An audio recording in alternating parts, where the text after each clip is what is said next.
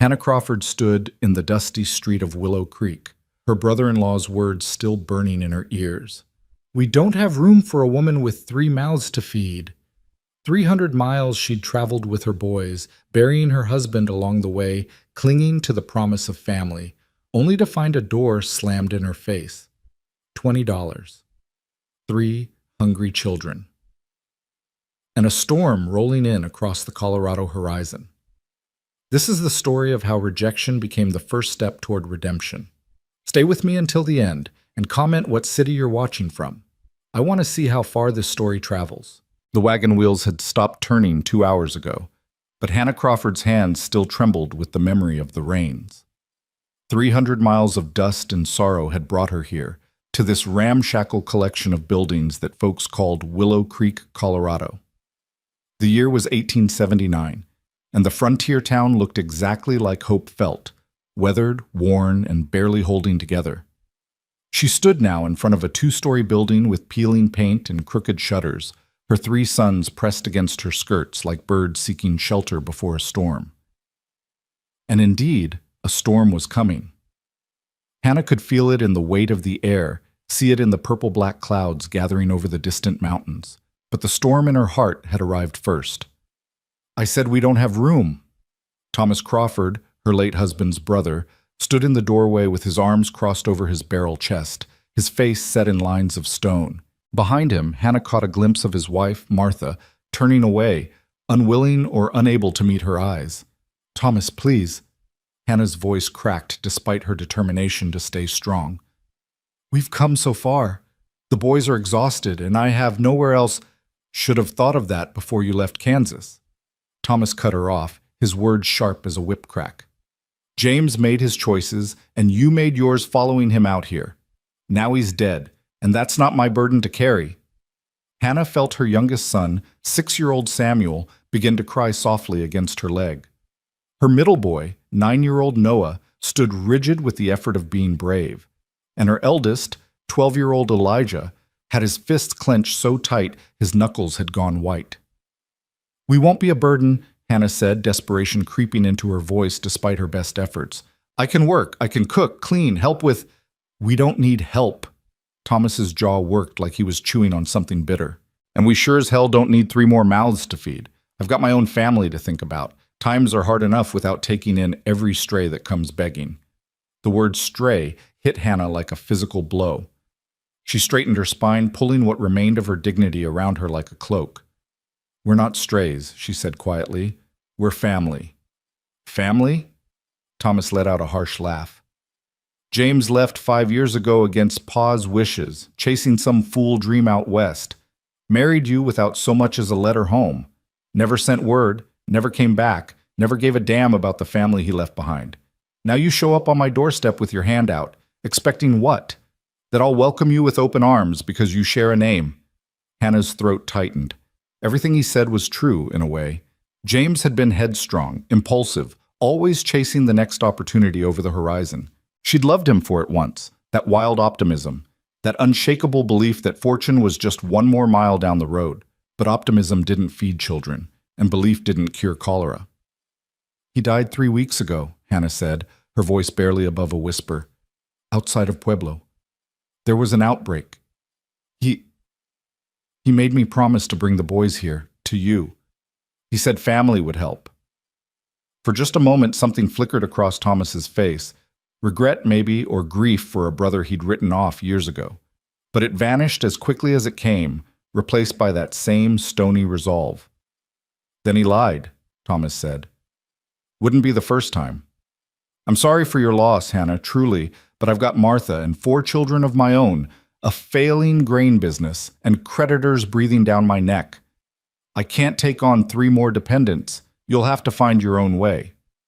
"With what?" The words burst out of Hannah before she could stop them. "I have $20 to my name, Thomas. $20 and 3 children and a wagon that's held together with hope and baling wire. The nearest town of any size is 40 miles from here. Where exactly am I supposed to go?" Thomas's face hardened further, if that was possible.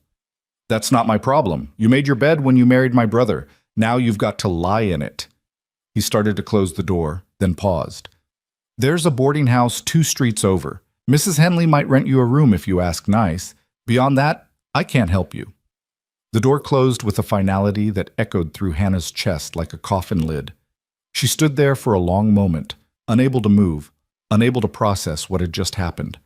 The last fragile thread of hope she'd been clinging to had just been severed, and she was falling into a darkness that had no bottom. "Mama?" Samuel's small voice broke through her paralysis. "Are we staying with Uncle Thomas?" Hannah looked down at her baby boy's upturned face, streaked with tears and dust from the long journey. How could she tell him? How could she explain that family sometimes meant nothing more than shared blood, and that blood could run cold as a mountain stream? "No, sweetheart," she managed, forcing her voice to stay steady. We're going to find somewhere else to stay." "I don't like Uncle Thomas," Samuel said with the brutal honesty of childhood. "He's mean." "He's scared," Hannah found herself saying, though she wasn't sure why she was defending him. Sometimes scared people do mean things. "Can we eat soon?" Noah asked, always practical. "I'm powerful hungry." Hannah's heart clenched. When had they last eaten? Yesterday morning, the last of the bread and salt pork she'd rationed so carefully. She'd given most of her portion to the boys, as she'd been doing for days. Soon, she promised, though she had no idea how she'd keep that promise. Elijah hadn't spoken.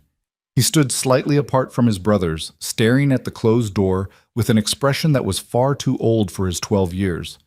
Hannah recognized it because she felt it in her own chest: betrayal, anger, and beneath it all, a bone-deep weariness that came from hoping and losing, until hope itself became a burden too heavy to carry. "Come on," Hannah said, taking Samuel's hand and guiding her boys back toward the wagon. "Let's see about that boarding house." But as they walked back down the street, Hannah felt the eyes of the town on them. Women in doorways whispered behind their hands. Men on the boardwalk found sudden reason to study their boots. A few children pointed until their mothers shushed them. By now, everyone in this small town knew who she was and what had just happened. News traveled fast in places like this, and shame traveled faster. The boarding house, when they found it, was a sagging 2-story structure that looked like it had been weathered by 1,000 storms and had finally decided to surrender. A hand-painted sign hung crooked over the door. "Henley's Rooms, clean beds, fair prices, no drunks." Hannah tied the horses, 2 spavined mares that James had traded for in their final days together, to the hitching post and climbed the steps. The boards groaned under her weight, and she wondered absently if the whole structure might simply collapse beneath her, saving her the trouble of figuring out what came next. She knocked, waited, knocked again. The door opened to reveal a woman who might have been 50 or might have been 70, with iron gray hair pulled back in a severe bun and eyes that had the sharp, assessing quality of someone who'd learned to judge character quickly and accurately. "Mrs. Henley?" Hannah asked. "Depends on who's asking and what they want." Hannah drew a breath. "My name is Hannah Crawford. I have 3 sons, and we need a room, just for a few days until I can figure out—" "Heard about you already," Mrs. Henley interrupted. "Widow woman, traveling alone, just got turned away by Thomas Crawford." Her mouth twisted. "That man's got a heart like a dried-up well. Don't know how Martha stands him." Hope flickered weakly in Hannah's chest. "Then, you'll rent us a room?" Mrs. Henley's expression softened slightly. "How much money you got?" Hannah hesitated, then decided on honesty. $20. $20. Mrs. Henley repeated the words like they were a diagnosis of some terminal illness. "And how long you think $20 is going to last, feeding 3 growing boys and keeping a roof over your heads?" "I'll find work," Hannah said quickly. "I can cook, clean, sew. I used to teach school back in Kansas. I'm not afraid of hard work, Mrs. Henley. I just need a chance." The older woman studied her for a long moment, and Hannah felt like she was being measured against some invisible standard weighed and found wanting. "I charge $3 a week for a room," Mrs. Henley said finally. "That includes breakfast and supper, but you'll have to fend for yourselves at midday. I don't run a charity." $3 a week. Hannah's stomach sank. That would give them less than 7 weeks before the money ran out completely. "I'll take it," she said, because what choice did she have? Mrs. Henley nodded. Rooms on the second floor, end of the hall. Shared privy out back, no cooking in the rooms, and I lock the front door at 9 o'clock sharp. You're out past 9, you sleep in the street. Thank you, Hannah whispered. You don't know what this means. Save your thanks, Mrs. Henley cut her off. Pay your rent on time and keep those boys from tearing up my house, and we'll get along fine. Now get your things and get settled. Supper's at 6. The room, when Hannah saw it, was smaller than she'd imagined. A narrow space with 2 beds, a washstand, and a single window that looked out over the alley. But it was clean, and it was shelter, and for now, that had to be enough. The boys immediately claimed one bed, flopping down on it with groans of relief. Elijah lay on his back staring at the ceiling. Noah curled on his side. Samuel, exhausted beyond measure, was asleep almost instantly. Hannah sat on the edge of the other bed and allowed herself, for the first time since Thomas had closed his door, to feel the full weight of her situation. $20, 3 children depending on her. No husband, no family, no prospects in a town where everyone already knew she'd been rejected by her own kin. She'd traveled 300 miles for this, 300 miles of hope that had died the moment Thomas's door had closed. Hannah put her face in her hands, pressing hard against her eyes to keep the tears from falling. She couldn't break down. Not now. Not when her sons might wake and see her despair. She had to be strong, had to be steel, had to be everything James had been too reckless to be. God help me, she prayed silently. Show me the way. Give me strength. But the only answer was the sound of wind picking up outside, carrying with it the first cold drops of the coming storm. Supper at Mrs. Henley's boarding house was a subdued affair. Hannah and her boys sat at one end of a long table, trying to be invisible among the other boarders, a traveling salesman with tired eyes, 2 ranch hands who smelled of horses and leather, and an elderly man who Mrs. Henley introduced only as Mr. Polk, before serving up bowls of watery stew and thick slices of dark bread. The boys ate like they'd been starving, which, Hannah reflected bitterly, wasn't far from the truth. She ate slowly, mechanically, tasting nothing. Her mind was already spinning ahead, trying to calculate possibilities. $20. -3 for this week's rent left 17. If she was careful, very careful, she might stretch that to 2 months. 2 months to find work in a town where she had no connections, no references, and the mark of rejection branded on her forehead by Thomas Crawford's refusal. What kind of work could she do? Teaching would be ideal, but small frontier towns rarely had schools. And when they did, the positions went to men or to women with local ties. Cooking, then. Cleaning. Taking in laundry, perhaps, though she'd need to buy soap and have access to hot water, and the calculations tangled in her head like a knot she couldn't unravel. Ma'am? Hannah looked up to find one of the ranch hands watching her. He was young, maybe 25, with sun-weathered skin and kind eyes. Yes? Couldn't help but overhear earlier. You're looking for work? Hope sparked. Yes. Do you know of anything? The young man exchanged a glance with his companion, then shook his head slowly. Not really. Maybe the general store might need help, but old Mr. Peterson's pretty particular about who he hires. There's the saloon, but that's no place for a lady with children. I see. Hannah's voice came out flat. Thank you anyway. You might try the ranches, the other ranch hand offered. Some of the bigger spreads hire on cooks or housekeepers. The ranches are 20, 30 miles out, Mrs. Henley interjected sharply. How's she supposed to get there with 3 children and no transportation? That wagon out front won't make it 5 miles before it falls apart. The ranch hands had no answer to that. Hannah excused herself as soon as the boys had finished eating, herding them upstairs before her composure could crack completely. She got them washed and into their nightshirts, listened to Samuel's prayers, God bless Mama and Elijah and Noah, and please let Papa see us from heaven, and tucked them into bed. Mama? Elijah's voice came soft in the darkness. What are we going to do? Hannah sat on the edge of their bed, smoothing the blanket. We're going to be fine, Eli. I'll find work, and we'll get settled, and everything will work out. But what if it doesn't? The question hung in the air like smoke, Hannah wanted to tell him not to worry, that mothers always found a way, that faith and hard work were enough. But Elijah was 12 years old and had already seen his father die of cholera in a roadside camp. He deserved more than empty reassurances. "Then we'll figure something else out," Hannah said quietly. "I won't let anything happen to you boys. That's a promise."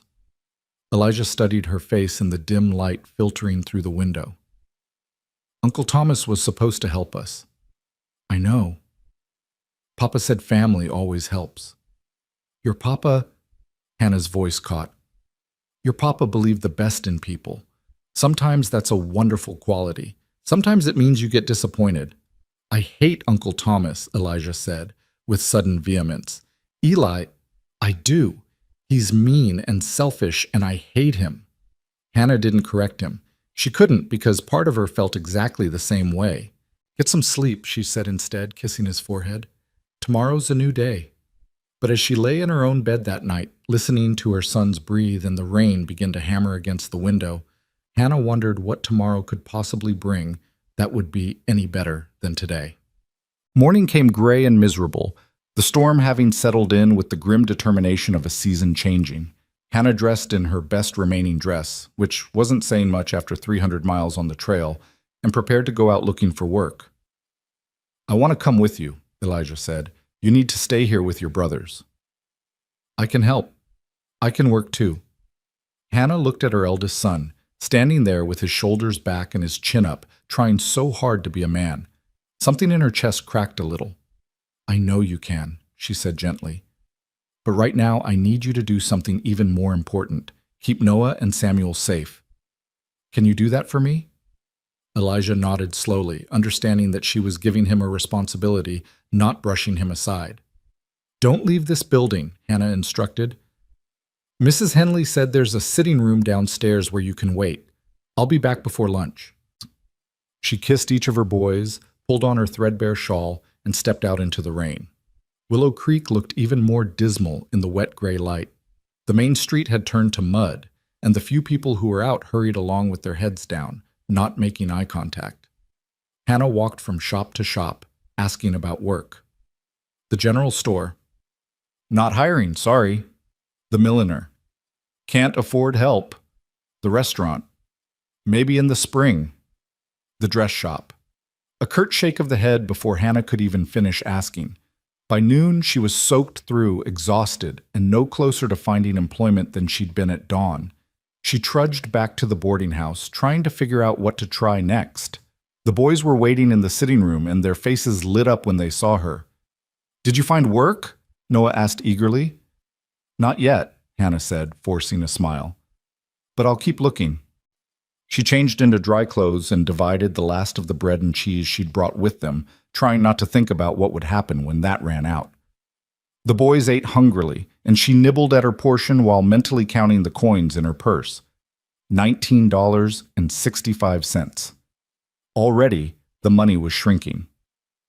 That afternoon, desperate now, Hannah ventured to the saloon, not to ask for work there, but to inquire about any ranches that might be hiring. The bartender, a grizzled man with gray stubble, looked her up and down with obvious skepticism. "Most ranches hire their crews in the spring," he said, "and they don't generally take on women with kids. No offense, ma'am, but ranch work is hard and dangerous. Nobody wants to worry about children underfoot." "I'm not looking for ranch work," Hannah said, struggling to keep her voice level. "I'm a cook. I can keep house. Surely someone needs—" "Circle B could use someone," the bartender interrupted. "Dawson Baxter's housekeeper quit last month, but that's 30 miles west, and Baxter's particular about who he brings onto his place. You'd have to go out there and ask him yourself." 30 miles. With a wagon that was falling apart and horses that were barely fit to pull it. "Thank you," Hannah said quietly, and left before her humiliation could become complete. She returned to the boarding house to find Mrs. Henley waiting for her in the front hall. "There was a man here looking for you," the older woman said. "Thomas Crawford." Hannah's heart sank. "What did he want?" "Didn't say. Just asked if you were here and said he'd be back." Mrs. Henley's expression was unreadable. He looked troubled. Troubled. Hannah almost laughed at the word. Thomas had turned her away without a second thought. What could he possibly be troubled about now? She didn't have long to wonder. Less than an hour later, there was a knock on her door. "Hannah?" Thomas's voice came through the wood. "Can we talk?" She almost didn't answer. Almost let him stand out there in the hall, feeling a fraction of the rejection she'd felt on his doorstep. But that wasn't who she was, no matter how much she might want to be that person in this moment. She opened the door. Thomas stood there with his hat in his hands, rain dripping from his coat. He looked older than he had yesterday, the lines around his eyes deeper. "I can't let you stay with us," he said without preamble. "That hasn't changed, but Martha, she convinced me I was too harsh yesterday. So I asked around town and I heard the Circle B might need help." Hannah stared at him. "The bartender already told me that." "The thing is," Thomas continued, not meeting her eyes, "Baxter's place is 30 miles out, and your wagon won't make it, so I brought you this." He pulled a worn leather purse from his pocket. $50. It's not much, but it'll get you a better wagon and supplies for the journey, and maybe tide you over until you find your feet. Hannah looked at the purse like it was a snake. "I don't want your charity." "It's not charity," Thomas said quickly. "It's, consider it a loan. Pay me back when you can." He thrust the purse toward her. "Please, Hannah, let me do this much." She wanted to refuse, wanted to throw his guilt money back in his face and slam the door. But $50 was more than twice what she had. $50 might mean the difference between survival and something she didn't want to think about. Slowly, hating herself a little, Hannah took the purse. "I'll pay you back," she said coldly. "Every cent." Thomas nodded, relief evident on his face. "I know you will. And Hannah, I am sorry about James, about all of it." Hannah said nothing, and after a moment Thomas turned and walked away. She stood there holding the purse, feeling the weight of it, the weight of Thomas's guilt and her own compromised pride. $70 now. $70 and a lead on possible work 30 miles west. It wasn't much, but it was something. It was a chance. 2 days later, Hannah stood in the livery yard, negotiating for a better wagon. The liveryman was a shrewd old character who knew desperation when he saw it, but he also seemed to have a streak of fairness. "This one's solid," he said, patting the side of a sturdy farm wagon. "Belonged to a family that went back east. Axles are good, wheels are true, bed's tight. She'll get you where you're going and back again." "How much?" $45. Hannah's heart sank. "I'll give you 30. They settled on 35, and Hannah walked away with a wagon that didn't creak ominously with every turn of the wheels. She bought supplies, flour, beans, salt pork, coffee, and a few other necessities, and found herself with just over $20 remaining. $20 and a 30-mile journey to a ranch that might or might not need help, to ask a man she'd never met for a job she might not get. But it was a chance, the only chance she had. On the morning they were set to leave, Mrs. Henley came out to see them off. She pressed a basket into Hannah's hands, bread, cheese, some apples, and a jar of preserves. "For the journey," the older woman said gruffly. "And Hannah? That Baxter fellow. He's supposed to be a decent man. Fair employer, treats his people right. You could do worse." "Thank you," Hannah said, and meant it. "For everything."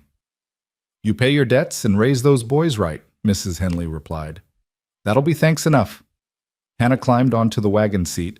Her sons settled in the back with their few possessions and took up the reins. As they rolled out of Willow Creek, she didn't look back at her brother-in-law's house. Didn't look back at the town that had offered her nothing but rejection and grudging assistance. She looked ahead, toward the mountains in the distance, toward the unknown, toward whatever came next. The road west was rutted and rough, and by afternoon dark clouds were gathering again. Hannah pushed the horses as hard as she dared, but progress was slow. They passed empty prairie, clusters of cattle, the occasional distant homestead. The land seemed to stretch forever, beautiful and harsh, and utterly indifferent to the struggles of one widow and her 3 sons. As the sun began to sink toward the horizon, Hannah started to worry. They should have reached the Circle B by now, according to the directions the liveryman had given her. Had she missed a turnoff? Taken a wrong fork in the road? "Mama, look!" Noah pointed ahead. Hannah squinted through the gathering dusk and saw it, a gate made of rough-hewn logs. with a sign overhead bearing the brand Circle B. Relief flooded through her. She guided the wagon through the gate and up a long drive that curved through rolling hills dotted with cattle. And then as they crested a rise, she saw it. A sprawling ranch house with a wide porch, surrounded by barns and corrals and outbuildings. Smoke rose from the chimney, lanterns glowed in the windows. It looked like civilization. It looked like hope. Hannah urged the tired horses forward, her heart hammering against her ribs. This was it. This was the moment that would determine everything. As they approached the house, a figure emerged from the barn. A tall man in a worn coat and a dusty hat, moving with the economical grace of someone who spent his life on horseback. Hannah pulled the wagon to a stop and climbed down on legs that shook with exhaustion and nerves. The man approached, and in the fading light, she got her first clear look at Dawson Baxter. He was older than she'd expected, maybe 45, with a weathered face that spoke of years in the sun and wind. His eyes were gray-blue, assessing but not unkind. He moved like someone who was comfortable in his own skin, unhurried and sure. "Can I help you, ma'am?" His voice was deep, quiet, the accent pure Colorado with a hint of something southern underneath. Hannah drew herself up, trying to project confidence she didn't feel. "My name is Hannah Crawford. I'm looking for work. I heard you might need a housekeeper." Dawson's eyes moved from her to the wagon, to the three faces peering out from the back, then returned to her. "You drove out here from town?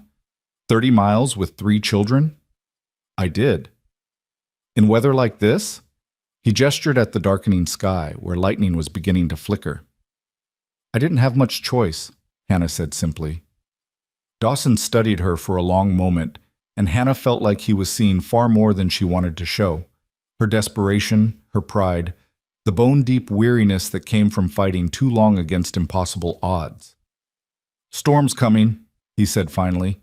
"You and your boys best come inside. We can talk about work tomorrow when you're not dead on your feet." It wasn't an offer of employment, but it was shelter, and right now that was enough.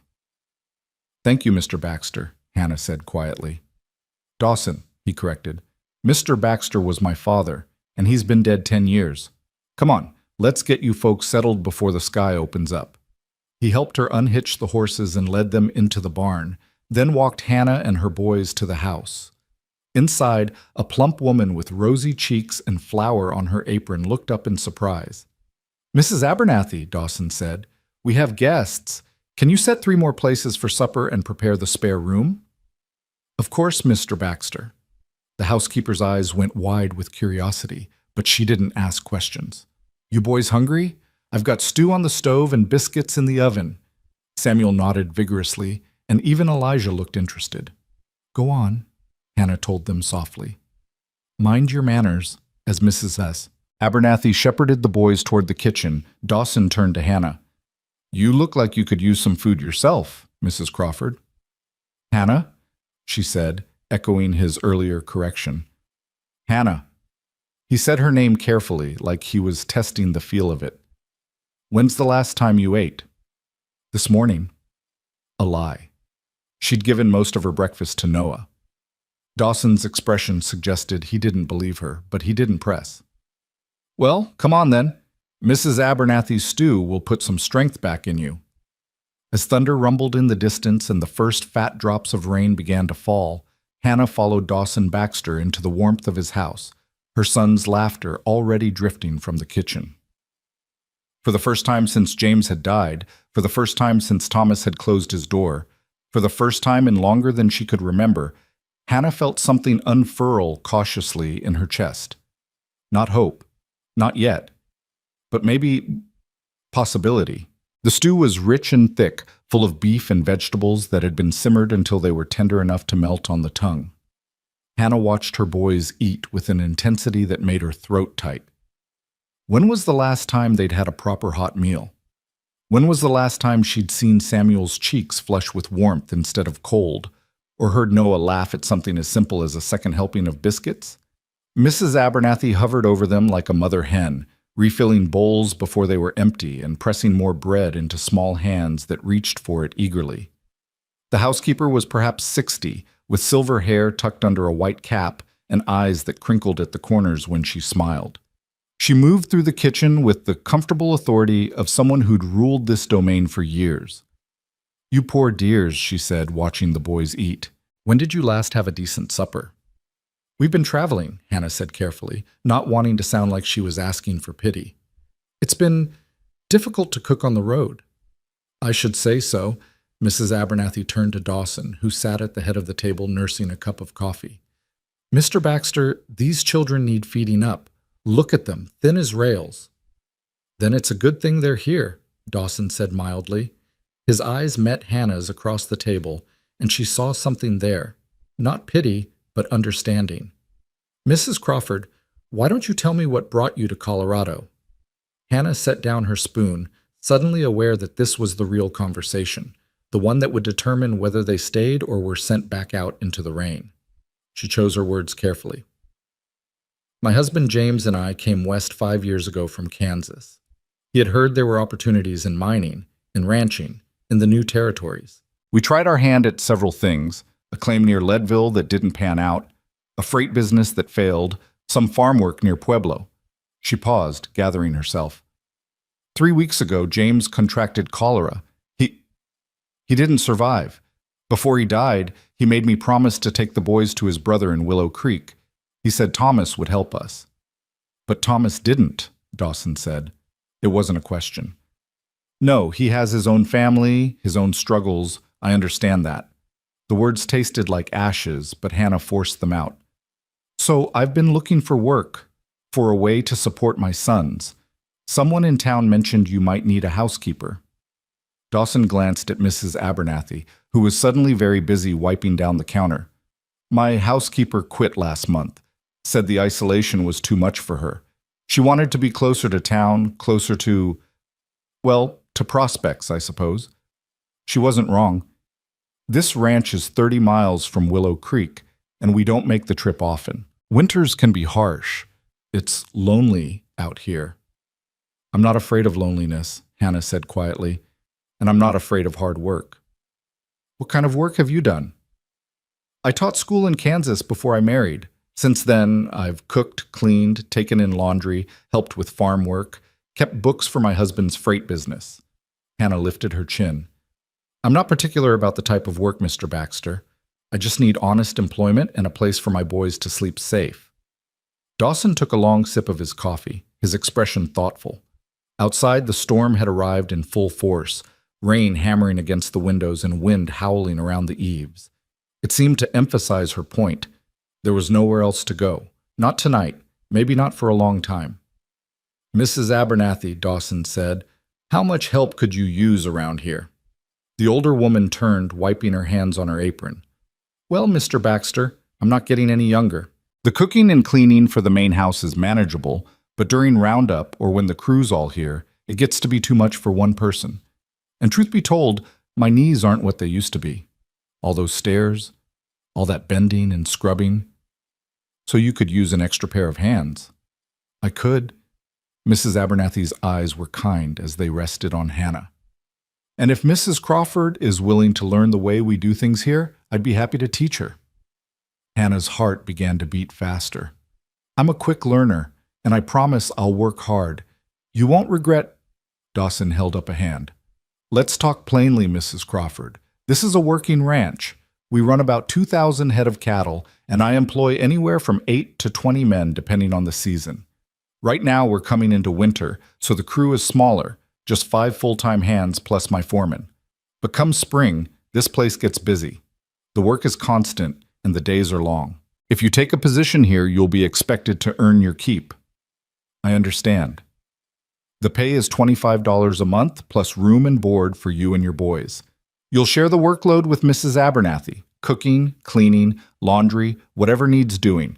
You'll have Sundays off unless there's an emergency.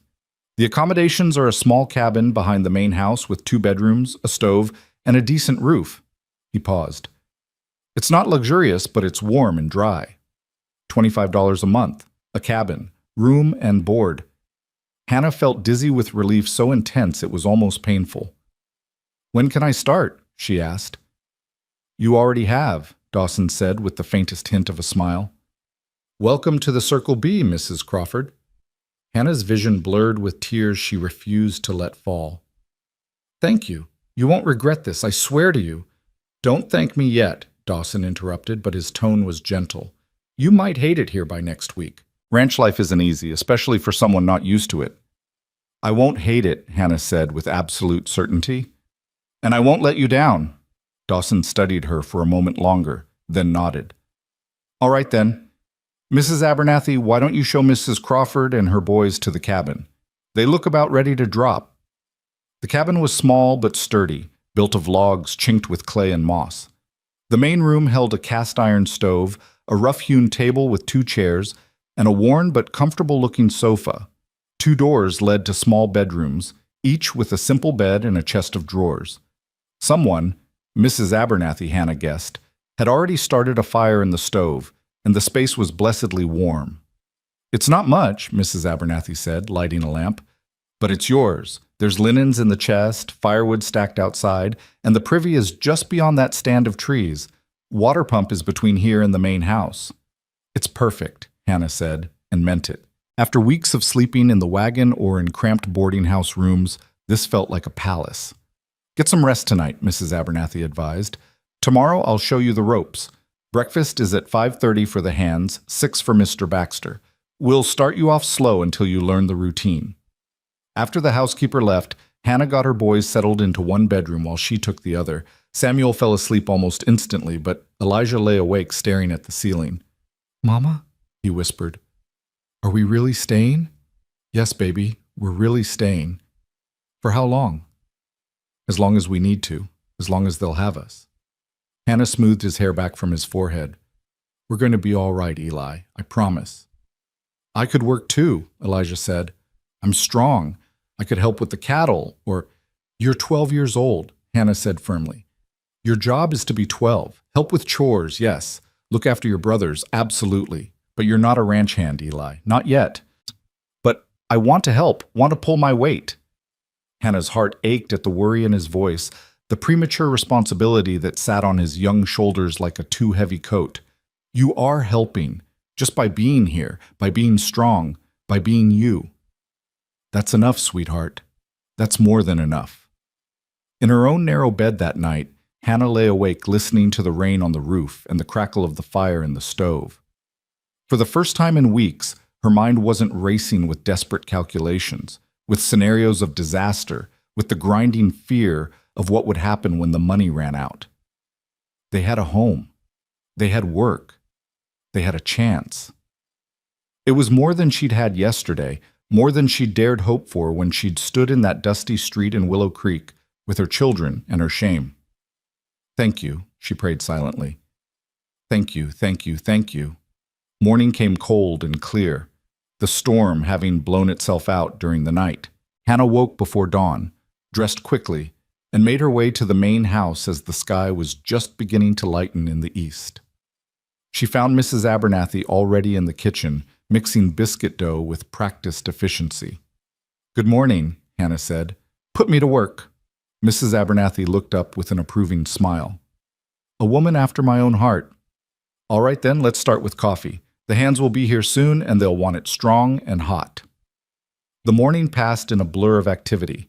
Hannah learned where everything was kept, how much food to prepare, how the ranch ran. The hands came in for breakfast at 5:30 as promised. 5 weathered men who tipped their hats to her politely and ate with the single-minded focus of people who had a long day ahead of them.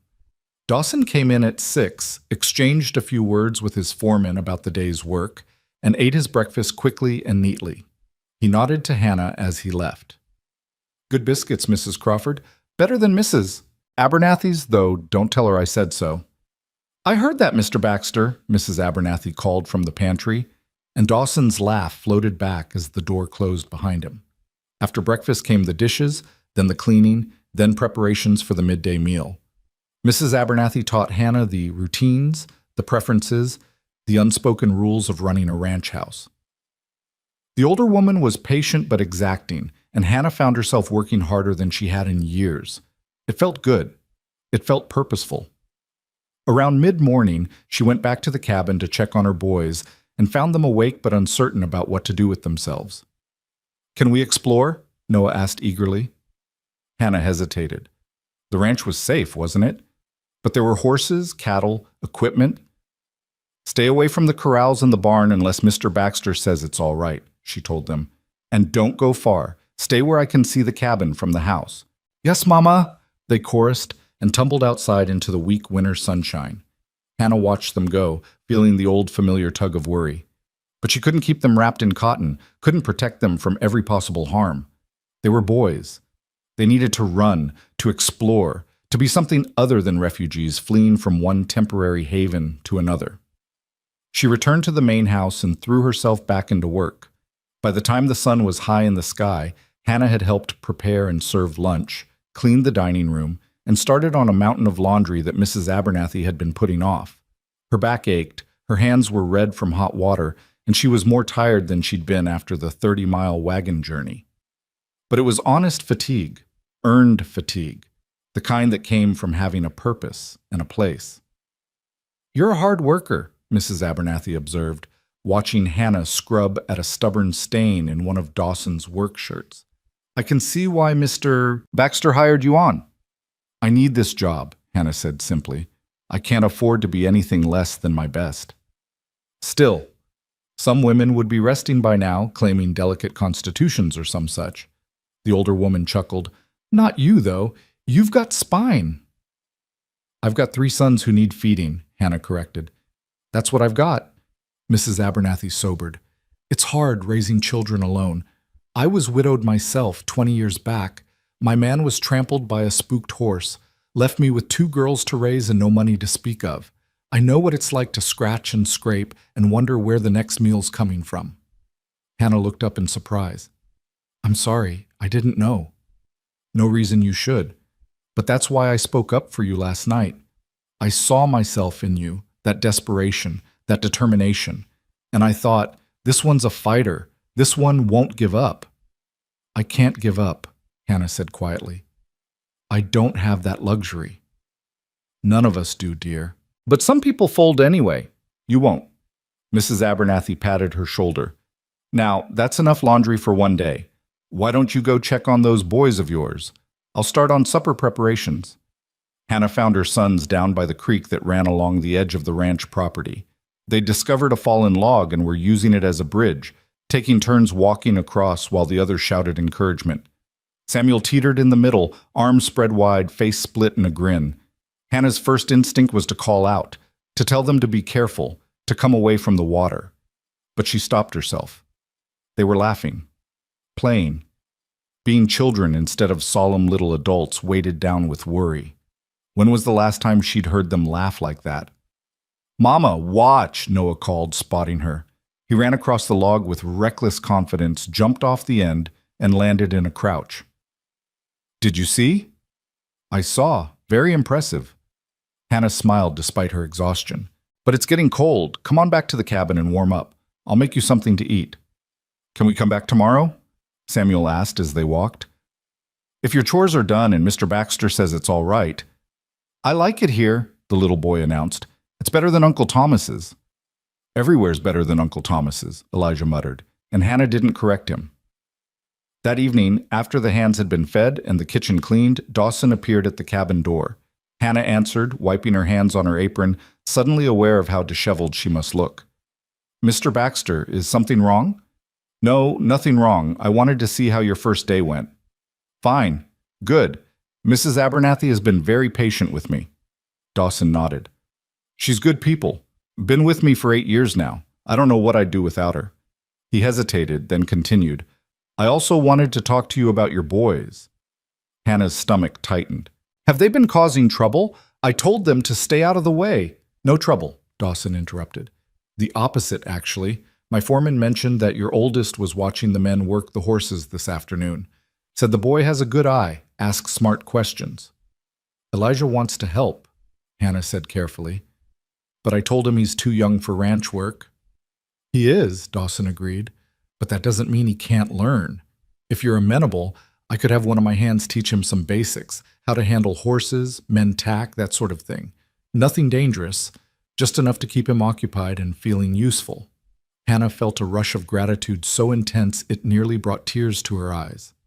That's very kind of you, Mr. Baxter. Dawson, he reminded her. And it's not kindness. A 12-year-old boy with nothing to do gets into mischief. Better to give him something productive. His expression softened.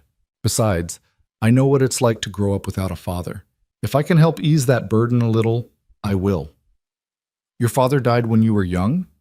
Died when I was 17. Old enough to take over the ranch, barely. But my uncles helped, taught me what I needed to know. Dawson's gaze drifted toward the darkening hills. Family's important, and when blood family won't step up, sometimes you have to make your own. Hannah understood he was talking about Thomas, about her rejection in Willow Creek. The kindness of it, the quiet understanding, made her chest tight. Thank you, she said softly, for all of this, for giving us a chance. You're earning your keep, Mrs. Crawford. No thanks necessary. He tipped his hat. Get some rest. Tomorrow'll come early. As the days turned into weeks, Hannah settled into the rhythm of ranch life.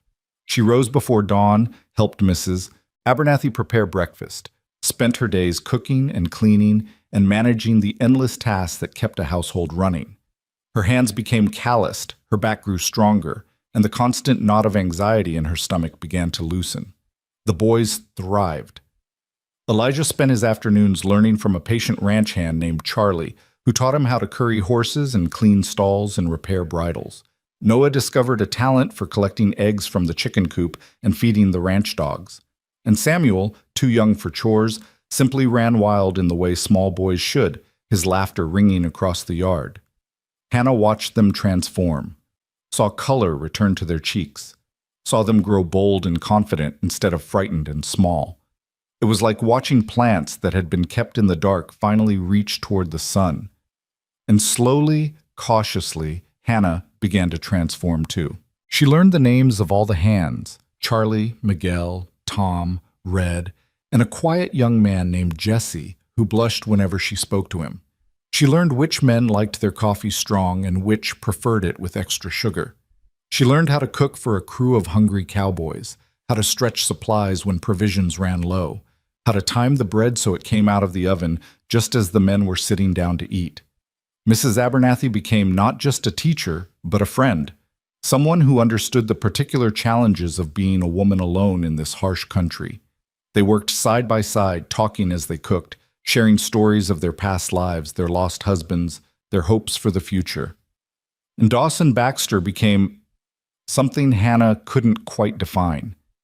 He was her employer, certainly, but he was also unfailingly kind, asking after her boys, making sure they had what they needed, quietly arranging for Charlie to spend extra time with Elijah. He was courteous without being familiar, respectful without being distant.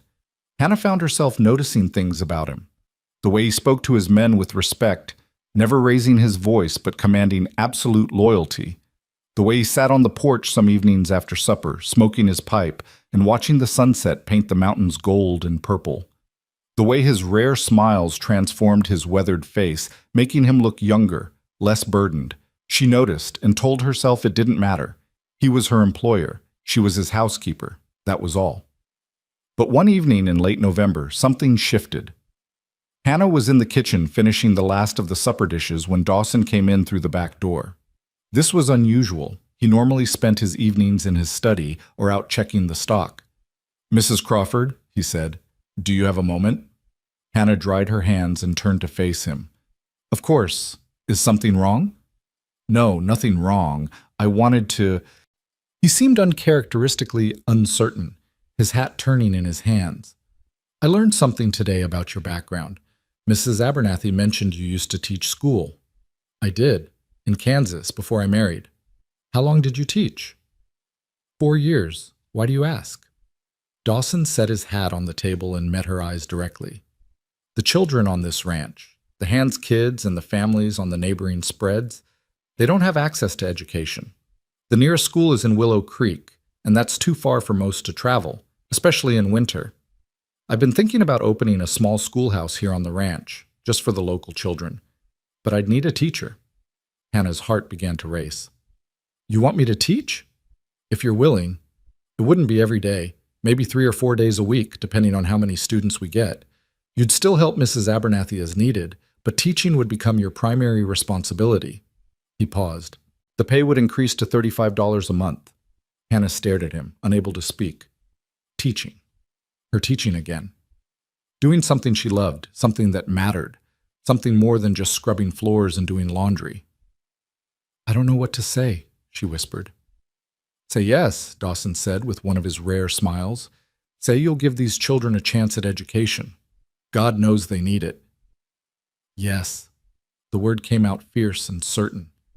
Yes, absolutely yes. Good. Dawson picked up his hat. There's an old building near the south pasture. Used to be a bunkhouse before we built the new one. It needs some fixing up, but I think it could be made into a decent schoolroom. I'll have the men start working on it next week. Thank you, Mr. Baxter. Dawson, thank you so much. He nodded, but there was something in his expression, a warmth and approval, that made Hannah's cheeks flush. You're welcome. I have a feeling you're going to be an excellent teacher. After he left, Hannah stood alone in the kitchen, her hands trembling with excitement. A teacher again. A real position, a real purpose beyond mere survival. She wanted to laugh, to cry, to run and tell her boys. Instead, she pressed her hands to her chest and took a deep breath, letting the joy of it sink in. Thank you, she prayed again. Thank you for this man, for this chance, for this life we're building. The schoolhouse took shape over the following weeks. The men repaired the roof, installed new windows, built desks and benches from rough lumber. Hannah helped where she could and watched in amazement as the empty building transformed into a proper school. Dawson spread word to the neighboring ranches, and by the first week of December, Hannah had 8 students registered, ranging from 5 years old to 13, including her own boys. She spent her evenings preparing lessons, organizing supplies that Dawson had ordered from Denver, trying to remember everything she'd learned during her teaching years. On the first day of school, Hannah stood at the front of the classroom and looked at the faces turned toward her. Children hungry for knowledge, for stories, for a glimpse of the wider world beyond their isolated ranches. Good morning, she said, her voice steady and sure. My name is Mrs. Crawford, and I'm honored to be your teacher. We're going to learn many things together: reading, writing, arithmetic, history, geography. But most importantly, we're going to learn how to think, how to question, how to imagine. Because education isn't just about memorizing facts, it's about opening your mind to possibility. The children stared at her with varying degrees of interest and apprehension. Hannah smiled. Now then, let's begin. That evening, Dawson stopped by as she was closing up the schoolhouse. How did it go? He asked. Wonderfully. Challenging, but wonderful. Hannah couldn't keep the smile off her face. 2 of the children can barely read, and one of the older boys knows more mathematics than I do, but they're eager, Dawson. They want to learn. And you love teaching. It wasn't a question, but Hannah answered anyway. I do. I forgot how much I loved it. These past years, just trying to survive, I'd almost forgotten that I used to be someone who did things beyond cooking and cleaning. You're still that person, Dawson said quietly. You've always been that person. You just needed the opportunity to remember. Hannah looked at him, really looked at him, and saw understanding in his eyes. He knew what it was like to lose yourself in the struggle to survive. Knew what it was like to wonder if you'd ever be more than just someone getting through each day. Thank you, she said softly, for seeing that, for giving me this chance. You've earned it, Hannah. Every bit of it. It was the first time he'd called her by her first name, without the Mrs. in front of it. The intimacy of it sent a little shiver through her. They walked back toward the main house together as twilight settled over the ranch. The air was cold and crisp, promising snow before morning. Smoke rose from the chimneys and lamplight glowed warm in the windows. This must be a lot different from Kansas, Dawson said. It is. Kansas was flat, endless prairie. Here, you have the mountains, the hills. The land feels bigger somehow, more wild. Do you miss it, Kansas? Hannah considered. I miss what Kansas represented. Safety, stability, a life that made sense. She paused. But I don't miss the place itself, and I don't miss who I was there. Who were you there? Young, naive, I thought life was predictable, that if you followed the rules and worked hard, everything would turn out all right. Hannah's laugh was bitter. I learned differently. We all do eventually, Dawson said. Life has a way of teaching hard lessons. They'd reached the porch of the main house, but neither moved to go inside. Instead, they stood together in the gathering dark, breath misting in the cold air. What about you? Hannah asked. Have you always been a rancher? Born to it. My father built this place from nothing, and I inherited it when he died. For a while I thought about leaving, seeing what else was out there. But this land, he gestured at the darkening hills. It gets into your blood, becomes part of who you are. You've never wanted a different life? I had a different life once. The words came out quietly, weighted with old sorrow. Or at least, I thought I would. But things don't always work out the way you plan. Hannah sensed she was treading on painful ground, but curiosity drove her forward. What happened? Dawson was silent for so long she thought he wouldn't answer. Then, I was married once, long time ago. Her name was Sarah. The past tense told Hannah everything she needed to know. I'm sorry. It was 12 years ago. You'd think it wouldn't still hurt.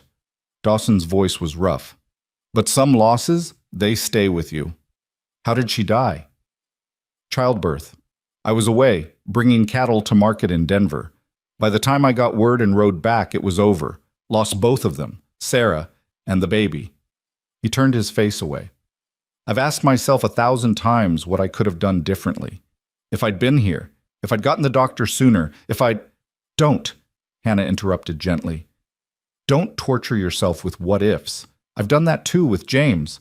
Wondered if there was some way I could have saved him, some sign I missed. But the truth is, sometimes death comes and there's nothing anyone can do to stop it. Dawson looked at her, and in the dim light she saw understanding pass between them. They were both survivors, both haunted by the ghosts of the spouses they'd lost. You're right, he said finally, but knowing that doesn't make it easier. No, it doesn't. They stood in companionable silence, two people who'd learned that life was hard and unfair and sometimes unbearably cruel. But they were still standing, still fighting, still finding reasons to keep going. Thank you for telling me, Hannah said. Thank you for listening. Dawson's expression softened. It's been a long time since I talked about Sarah. Most people around here either don't know or pretend they don't. Sometimes talking helps. Sometimes it doesn't. But either way, it's good to know you're not alone in your grief. No, Dawson agreed. We're not alone. As Hannah walked back to her cabin that night, she felt something stirring in her chest, something warm and cautious and still unnamed.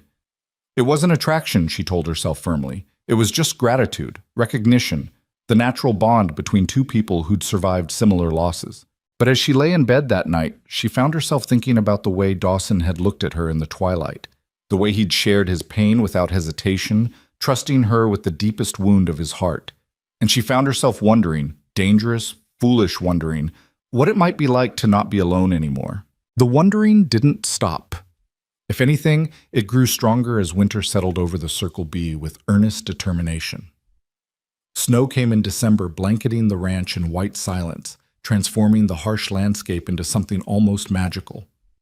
Hannah stood at her cabin window on those cold mornings, watching the sunrise over snow-covered hills, and felt something she hadn't felt in years. Contentment tinged with possibility. The school thrived. Her students came bundled in coats and scarves, their faces red from the cold ride, but eager to learn. Hannah discovered that teaching fed something in her soul that had been starving. Each small victory, a struggling reader finally sounding out a whole sentence, a shy child raising their hand to answer a question, even her own Samuel proudly writing his name without help, felt like proof that she was more than just a survivor. She was building something, contributing something, mattering. And through it all, there was Dawson. He checked on the school regularly, always with some practical excuse, bringing more firewood, delivering new books he'd ordered from Denver, asking if the stove was heating properly. But Hannah noticed the way he'd linger, watching her teach with an expression she couldn't quite read. Once she'd looked up from helping a student and caught him smiling at something Samuel had said, and the warmth in his face had made her heart skip. "You're good with them," he'd said afterward as the children bundled up to head home. "Natural teacher." "They make it easy," Hannah replied. "Children want to learn. They're hungry for it. All you have to do is show them the way. Still, not everyone has the patience for it. Or the gift." Dawson had picked up one of the primers, thumbing through it. "My own education was spotty. Father needed me working more than he needed me reading. I can manage the basics, but anything beyond that..." He'd shrugged. "I regret that sometimes, wondering what I might have understood about the world if I'd had more schooling." "It's never too late to learn," Hannah had said impulsively. "If you wanted, I could..." She'd stopped, suddenly aware of how forward that sounded. But Dawson had looked at her with interest. "Could what?" "Nothing. It's presumptuous of me to..." "Hannah." His voice had been gentle but firm. "Say what you were going to say." "I was going to offer to lend you books, or if you wanted to improve your reading, I could help." The words had come out in a rush. "But you're a busy man, and I'm already employed by you, and it would be awkward." "I'd like that," Dawson had interrupted. "The books, I mean. And if you wouldn't mind occasionally talking about what I'm reading, I'd appreciate that too. Been a long time since I had someone to discuss ideas with." So began a new routine. Every week or so, Hannah would lend Dawson a book from the small collection she'd accumulated. And every Sunday evening, after supper was finished and the ranch had settled into its weekly rest, Dawson would come to the schoolhouse where Hannah would be preparing lessons for the week ahead. They'd talk about what he'd read, sometimes for just a few minutes, sometimes for an hour or more. Those conversations became the highlight of Hannah's week, though she tried not to examine too closely why that might be. One Sunday in January, Dawson arrived at the schoolhouse carrying a leather-bound volume Hannah didn't recognize. "Brought you something," he said, almost shyly. "Ordered it from Denver. Thought you might enjoy it." Hannah took the book with trembling hands. The leather was buttery soft, clearly expensive. She opened it to reveal gilt-edged pages and elegant typography. Tennyson, a complete collection of his poetry. "Dawson, I can't accept this," she whispered. "It's too much." "It's not too much. You've given my ranch something invaluable, education for the children, purpose for yourself, and..." He paused, seeming to struggle for words. "And you've reminded me what it's like to think about something beyond cattle and weather and profit margins. That's worth more than a book." Hannah ran her fingers over the embossed cover, overwhelmed. No one had given her something so thoughtful, so personal, in longer than she could remember. James had been many things, but attentive to her interests wasn't one of them. "Thank you," she managed. "I'll treasure it." "There's something else I wanted to ask you." Dawson removed his hat, turning it in his hands in that way he did when he was nervous. "I wanted to ask if it would be all right if I..." He stopped, frustrated with himself. Hannah's heart began to beat faster. "If you what?" "If I might court you," Dawson said finally, the words coming out in a rush. "When you're ready. If you're ever ready. I know it hasn't been long since your husband passed, and I'm not asking for an answer now. I just wanted you to know my intentions, so you can think about it. No pressure, no expectations. Just when you're ready." The world seemed to tilt sideways.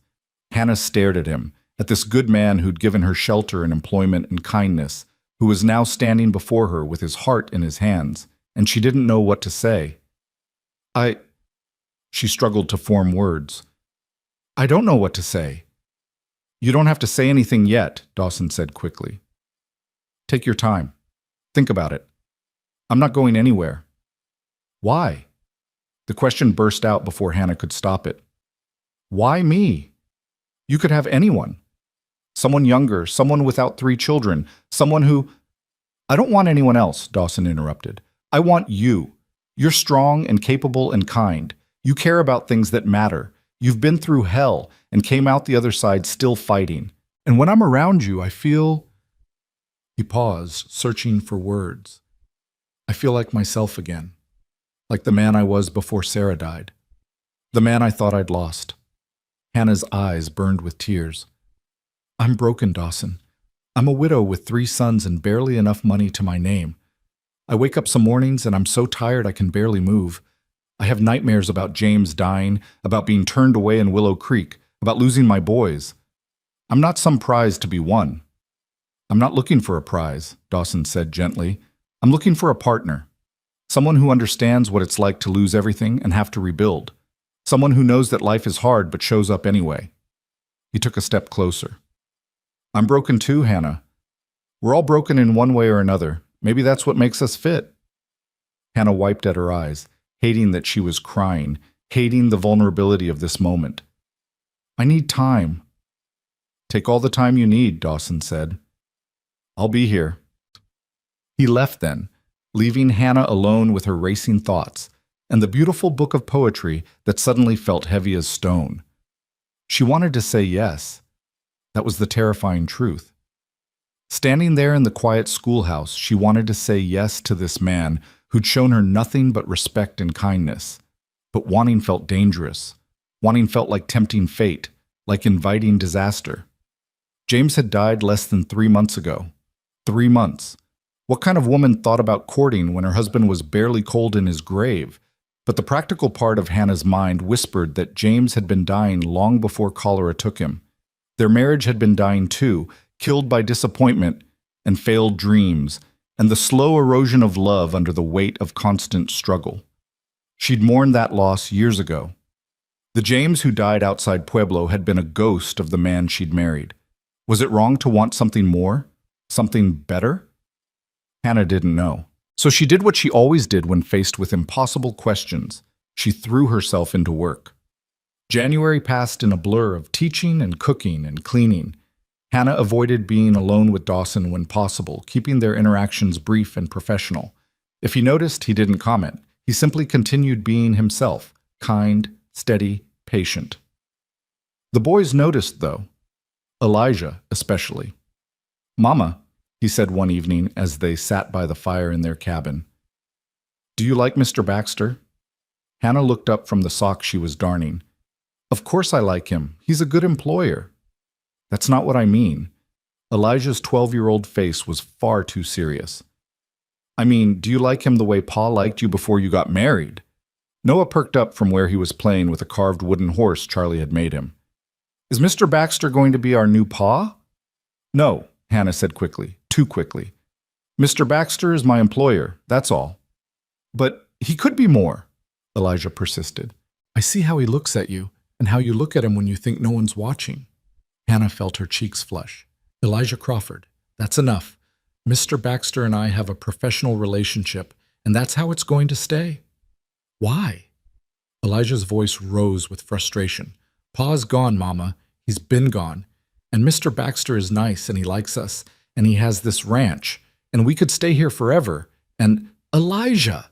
Hannah's voice came out sharper than she intended. I said that's enough. This is not your concern. Her son's face closed off, hurt and anger warring in his expression. He stood abruptly. Fine, but don't pretend you're not interested in him just because you think that's what we want to hear. He stalked off to the bedroom, shutting the door harder than necessary. Hannah sat frozen, the sock forgotten in her lap. Out of the mouths of babes, she thought bitterly, her 12-year-old son had seen right through her. I like Mr. Baxter, Samuel offered into the silence. He taught me how to whistle. He gave me this horse, Noah added, and he lets us eat extra biscuits at breakfast. Hannah looked at her 2 younger sons, at their open, trusting faces, and felt something crack in her chest. They'd lost their father. They'd been rejected by family.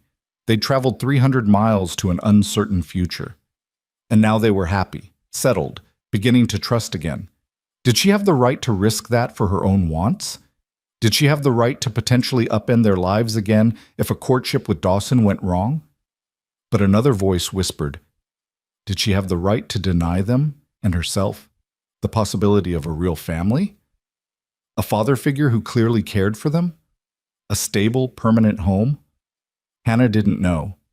She didn't know anything anymore except that she was tired of being afraid. February brought a cold snap that froze the water in the pump and made the trek to the schoolhouse treacherous. Hannah closed the school for a week, and the ranch settled into a kind of hibernation, everyone staying as close to the fires as possible. On one particularly brutal afternoon, Mrs. Abernathy came down with a fever. Hannah sent the older woman to bed immediately and took over all the household duties. By evening, she was exhausted and behind on everything. The hand's supper was late, the bread hadn't risen properly, and she'd burned a pot of beans beyond salvaging. She was on the verge of tears when Dawson walked into the kitchen. "Mrs. Abernathy's asking for more tea," he said, then stopped, taking in her frazzled appearance. "What's wrong?" "Everything," Hannah said, gesturing helplessly at the chaos around her. "I can't keep up. I've got laundry that needs hanging, bread that won't rise, burned beans, and I still need to prepare tomorrow's breakfast, and Mrs. Abernathy needs tending, and—" "Stop," Dawson said firmly. He crossed to her and gently took the spoon from her hand. "You're one person, Hannah. You can't do everything." "But it's my job. Your job is to help Mrs. Abernathy, not replace her entirely." He guided her to a chair. "Sit down before you fall down." "I can't sit. There's too much. The work will keep." Dawson poured her a cup of coffee and pressed it into her hands. "The men can eat sandwiches for supper. The laundry can wait. And I can make Mrs. Abernathy her tea." He paused. "When's the last time you ate?" Hannah tried to remember. "Breakfast, I think." "It's 7 o'clock at night, Hannah." Dawson's voice carried a hint of exasperation mixed with concern. "You can't take care of anyone if you don't take care of yourself." He moved around the kitchen with surprising efficiency, assembling bread and cheese and leftover ham. He made a plate and set it in front of her, then stood there with his arms crossed until she took a bite. The food hit her empty stomach like a benediction. Hannah hadn't realized how hungry she was until she started eating. Dawson watched her for a moment, nodded in satisfaction, then set about making tea for Mrs. Abernathy. "You don't have to do this," Hannah said around a mouthful of bread. "I can manage." "I know you can, but you don't have to." Dawson glanced at her over his shoulder. "One thing I've learned about you, Hannah Crawford, you're so busy being strong for everyone else that you forget to let anyone be strong for you." The words hit harder than they should have. Hannah set down her sandwich, suddenly unable to swallow past the lump in her throat. "I don't know how to do that," she whispered. "Let someone else be strong.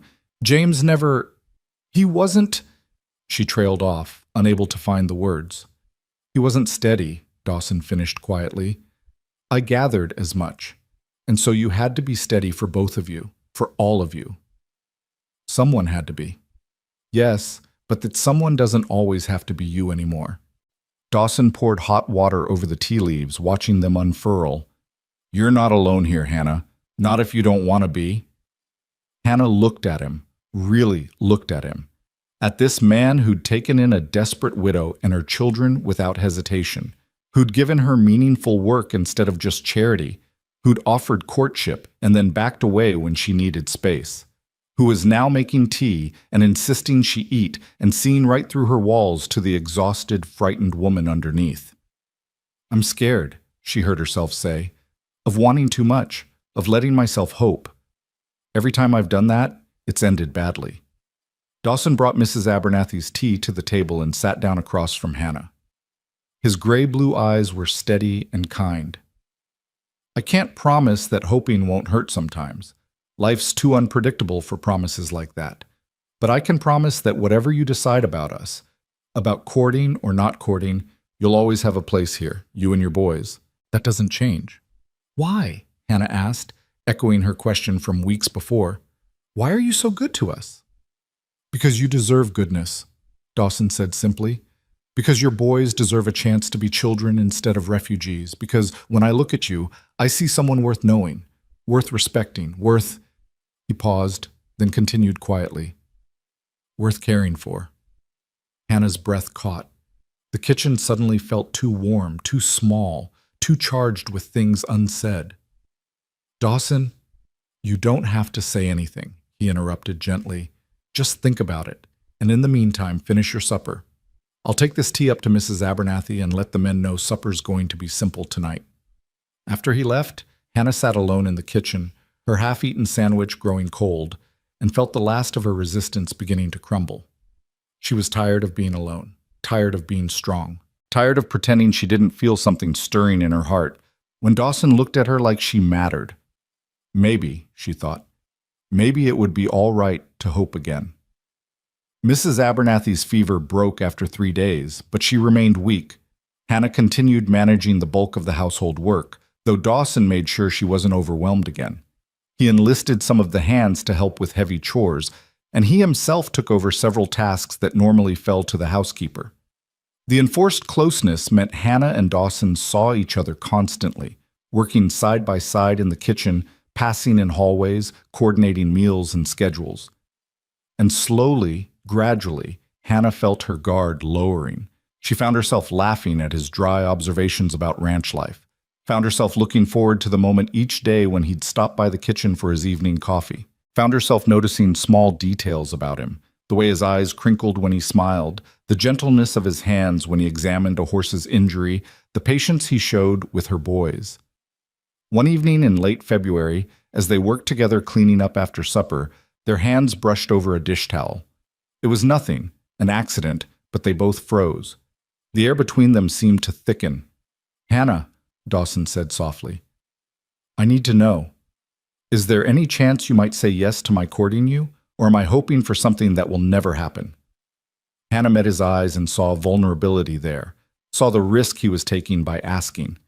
This strong, capable man was putting his heart in her hands, trusting her not to crush it. "There's a chance," she whispered. "But Dawson, I'm not ready yet. It's only been 4 months since James died, and people will talk, and I'm still figuring out who I am without him, and—" "I'll wait," Dawson interrupted. "However long it takes, I'll wait. What if I'm never ready? What if I can't get past my fear? Then I'll accept that." His hand covered hers where it rested on the counter. "But I don't think that's going to happen. I think you're braver than you give yourself credit for." Hannah turned her hand over, letting their fingers intertwine. It was the first truly intimate touch they'd shared, and it sent warmth flooding through her. "I don't feel brave. I feel terrified." "Brave people are always terrified," Dawson said. "They just do the thing anyway." They stood there for a long moment, hands clasped, neither quite ready to let go. Then Samuel's voice carried from the sitting room where the boys were playing, and Hannah reluctantly pulled away. "I should go check on them," she said. "Of course." But Dawson's eyes held hers for a beat longer. "Thank you for the chance, Hannah. That's all I need." March arrived with false promises of spring. The snow melted enough to make everything muddy, then froze again at night, creating treacherous conditions. Hannah reopened the school, grateful to return to teaching, but the unpredictable weather meant attendance was spotty. On the first Sunday in March, she and Dawson fell into their routine of meeting in the schoolhouse to discuss books. They'd been reading a collection of essays about westward expansion, and the conversation had ranged from history to philosophy to personal experience. "Do you ever regret coming west?" Dawson asked as they sat in the lamplight, the rest of the ranch quiet around them. Hannah considered. "I regret some of what happened because of it. But coming west itself? No.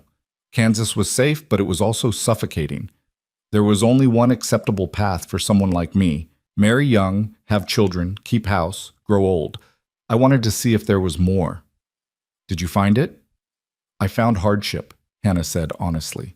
"But I also found strength I didn't know I had. Found out I could survive things I thought would break me. So yes, I suppose I found more. Just not the more I was expecting." "That's the thing about the frontier," Dawson mused. "It either breaks you or makes you into someone new, sometimes both." He set down his cup. "When I lost Sarah, I thought I was broken beyond repair. Spent years just going through the motions, running the ranch because it was there to run, but not caring much about anything. Then you showed up with your boys, all fierce determination and barely hidden fear, and something in me woke up." Hannah's heart hammered. "Dawson, I'm not saying this to pressure you," he continued. "I'm saying it because I want you to know what you've given me. Hope. Purpose beyond just surviving. The possibility that maybe life isn't finished with me yet.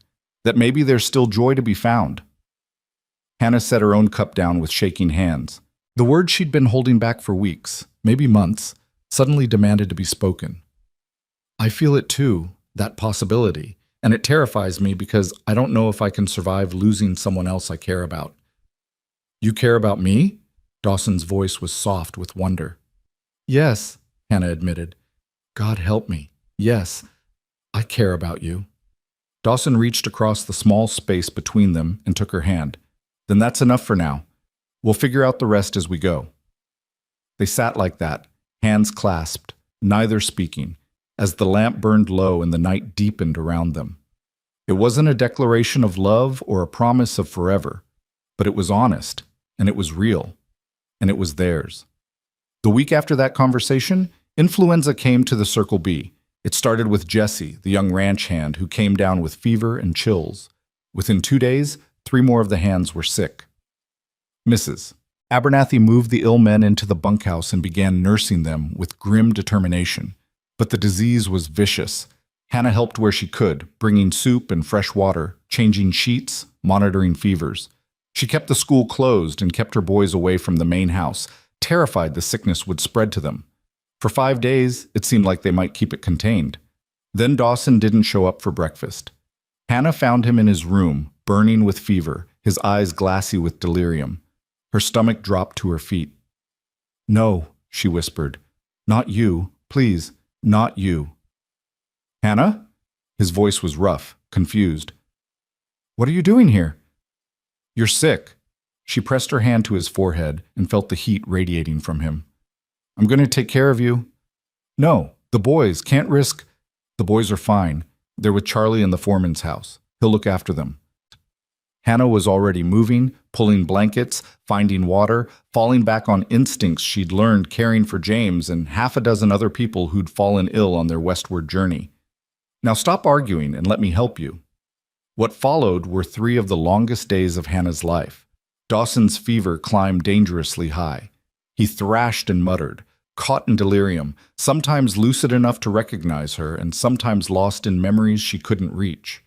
Hannah stayed by his side through all of it, bathing his face with cool cloths, coaxing water past his cracked lips, monitoring his breathing. Mrs. Abernathy tried to spell her, but Hannah refused to leave. "You need rest," the older woman insisted on the second night. "I can't," Hannah said simply. "I can't leave him." Mrs. Abernathy looked at her with knowing eyes. "You love him." Hannah opened her mouth to deny it, then stopped. When had denial become impossible? When had Dawson Baxter become so essential to her that the thought of losing him made her chest feel like it was caving in? "I think I might," she whispered. "God help me. I think I do." "Then stay," Mrs. Abernathy said gently. "But don't forget to take care of yourself, too. Won't do him any good if you collapse." On the 3rd night, Dawson's fever broke. Hannah was dozing in the chair beside his bed when she heard him whisper, "Sarah? Sarah? Is that you?" Her eyes flew open. Dawson was staring at the ceiling, tears tracking down his face, his hand reaching for something, someone who wasn't there. "I'm sorry," he mumbled. "So sorry. Should have been here. Should have saved you. My fault. All my fault." Hannah's heart broke for him, for the guilt he'd been carrying all these years. She took his reaching hand and held it tight. "It wasn't your fault," she said firmly, even though she knew he wasn't really hearing her. "You couldn't have known. You couldn't have stopped it." "Should have been there," Dawson insisted, his voice breaking. "She needed me and I wasn't there. Failed her. Failed our baby." "You didn't fail anyone." Hannah brought his hand to her cheek. "Sometimes death comes and there's nothing anyone can do. You're not responsible for losing her, Dawson. You're only responsible for how you lived after." Dawson's fevered eyes found her face, and for a moment she thought he truly saw her. "Hannah?" "Yes, I'm here. I'm right here." "Don't leave," he whispered. "Please don't leave." "I won't," Hannah promised. "I'm not going anywhere." He subsided then, his breathing evening out, and Hannah sat holding his hand through the rest of that long night. And somewhere in those dark hours, she made a decision.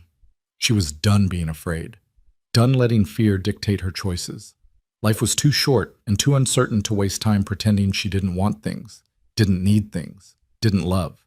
Because she did love Dawson Baxter, loved his quiet strength, his patient kindness, the way he'd given her family a home without asking anything in return. Loved how he made her feel capable and seen and worthy. Loved the man he was, and the man he helped her remember she could be.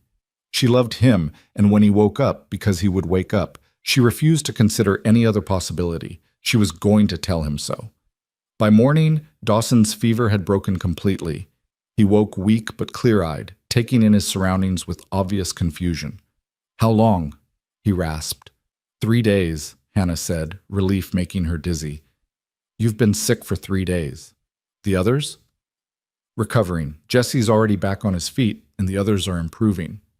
Hannah helped him sit up enough to sip some water. "You scared me half to death, Dawson Baxter." "Sorry." He managed a weak smile. "Didn't do it on purpose."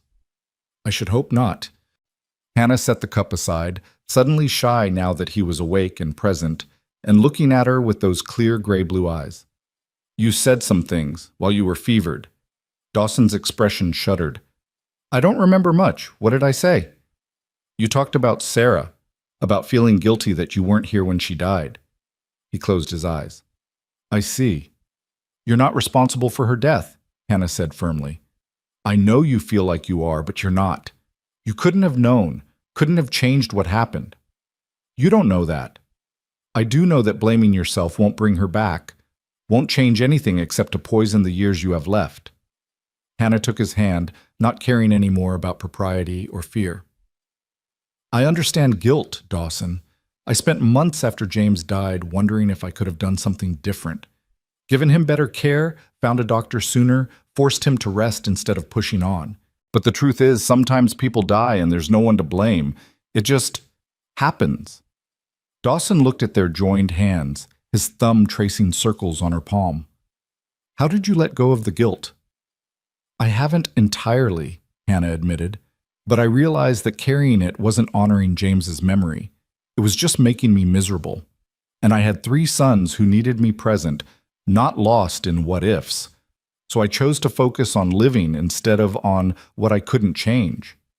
"Living," Dawson repeated quietly. "I'm not sure I remember how." "Then we'll figure it out together." Hannah squeezed his hand. "Because I meant what I said the other night. I care about you, more than I thought possible.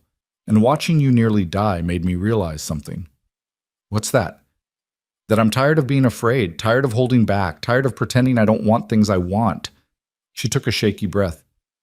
"So yes, Dawson, my answer is yes.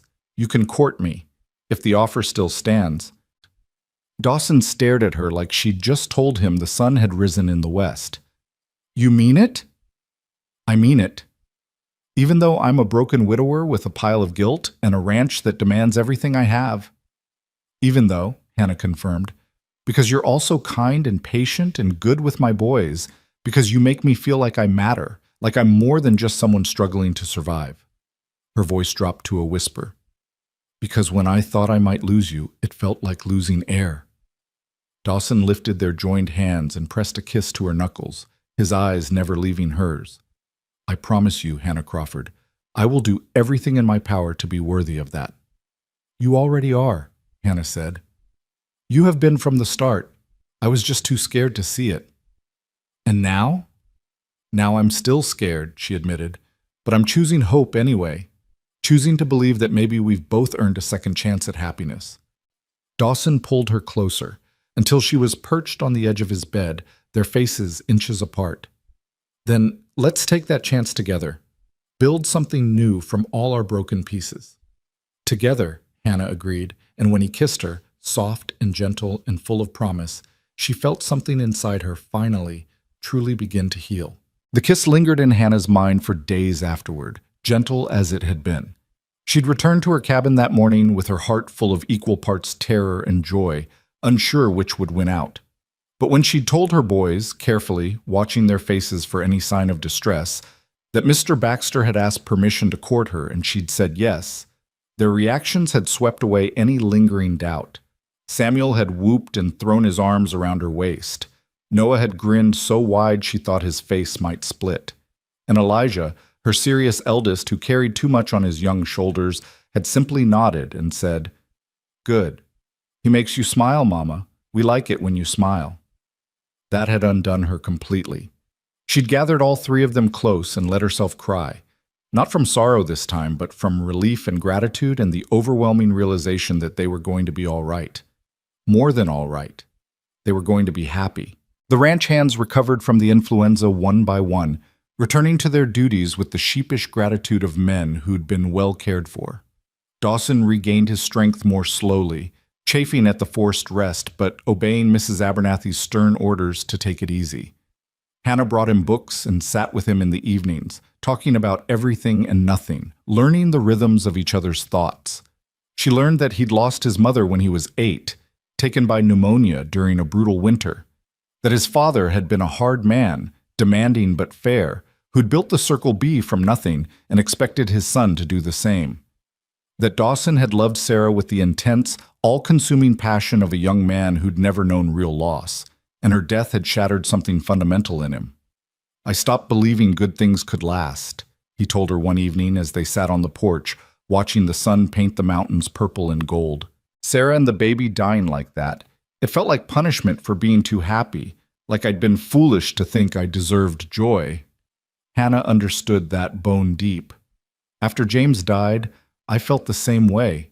Every good moment felt borrowed, like it would be snatched away the moment I started to trust it. "Do you still feel that way?" Hannah considered, watching her boys play in the yard below. Samuel was chasing chickens while Noah tried to teach him to throw a rope the way Charlie had shown him.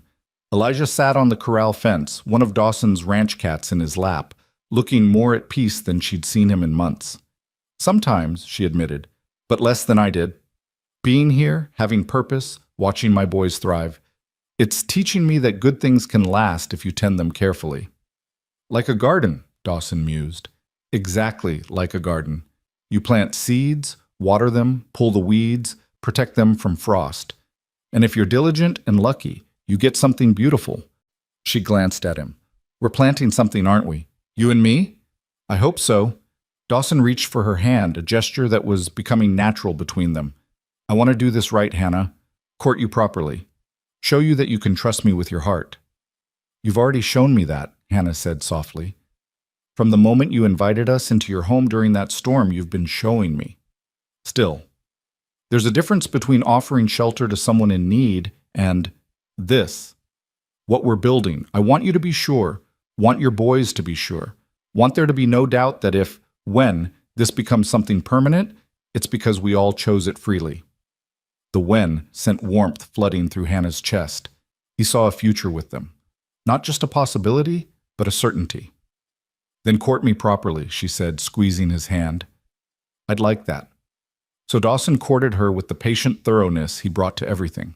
He left wildflowers on the schoolhouse steps when they started blooming in early April. He carved a wooden doll for Samuel and found a book on horsemanship for Elijah. He helped Noah build a fort in the barn loft, sacrificing a Saturday afternoon to hammer boards and brace posts while the boy chattered excitedly about his plans. He took Hannah on walks around the ranch, showing her the land he loved, explaining the rhythms of cattle and seasons and weather. They rode out to the high meadow one Sunday afternoon, just the two of them, and sat on a rocky outcropping watching the ranch spread out below like a kingdom. "This land gets in your blood," Dawson said. "My father always said that once you've ranched in Colorado, nowhere else feels like home. You start to need the mountains like you need air." "I'm beginning to understand that," Hannah replied. She'd been watching an eagle circle lazily overhead, but now she turned to look at Dawson.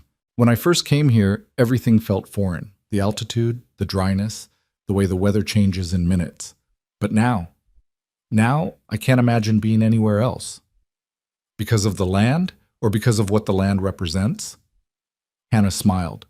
"Both. The land is beautiful, harsh, demanding. It requires everything you have, but it also gives back in ways I never expected. Purpose, community, a place to belong." "And me?" Dawson asked quietly. "Do I factor into that feeling?" "You know you do." Hannah felt her cheeks warm. Even after weeks of courtship, intimacy still made her shy. "You're the reason all of this is possible. Without you..." "You would have found another way," Dawson interrupted. "You're too stubborn and too strong to do otherwise. But I'm glad you didn't have to. Glad you're here with me instead of somewhere else, struggling alone." He leaned in then and kissed her, slow and sweet. and Hannah felt the last of her reservations crumble. This was right. This man, this land, this life they were building together, it was all undeniably, perfectly right. When they returned to the ranch that evening, they found Mrs. Abernathy waiting with a knowing smile and a pot roast that filled the house with mouth-watering smells. The boys were already seated at the table, faces scrubbed clean, manners on display. "They insisted on waiting for you," Mrs. Abernathy said, her eyes twinkling. "Said it wouldn't be proper to eat without everyone present." Hannah felt a swell of love for her sons, for their attempts to be grown up and proper, to show Dawson they could be a real family. Over supper, conversation flowed easily. Samuel told an elaborate story about the chicken that had pecked his hand. Noah demonstrated the rope trick Charlie had finally helped him master. Elijah asked intelligent questions about the spring roundup that was approaching. And Dawson answered each question with patience and interest, drawing the boys out, making them laugh, treating them like they mattered. Hannah watched it all with her heart so full she thought it might burst. This, she thought, this is what family is supposed to feel like.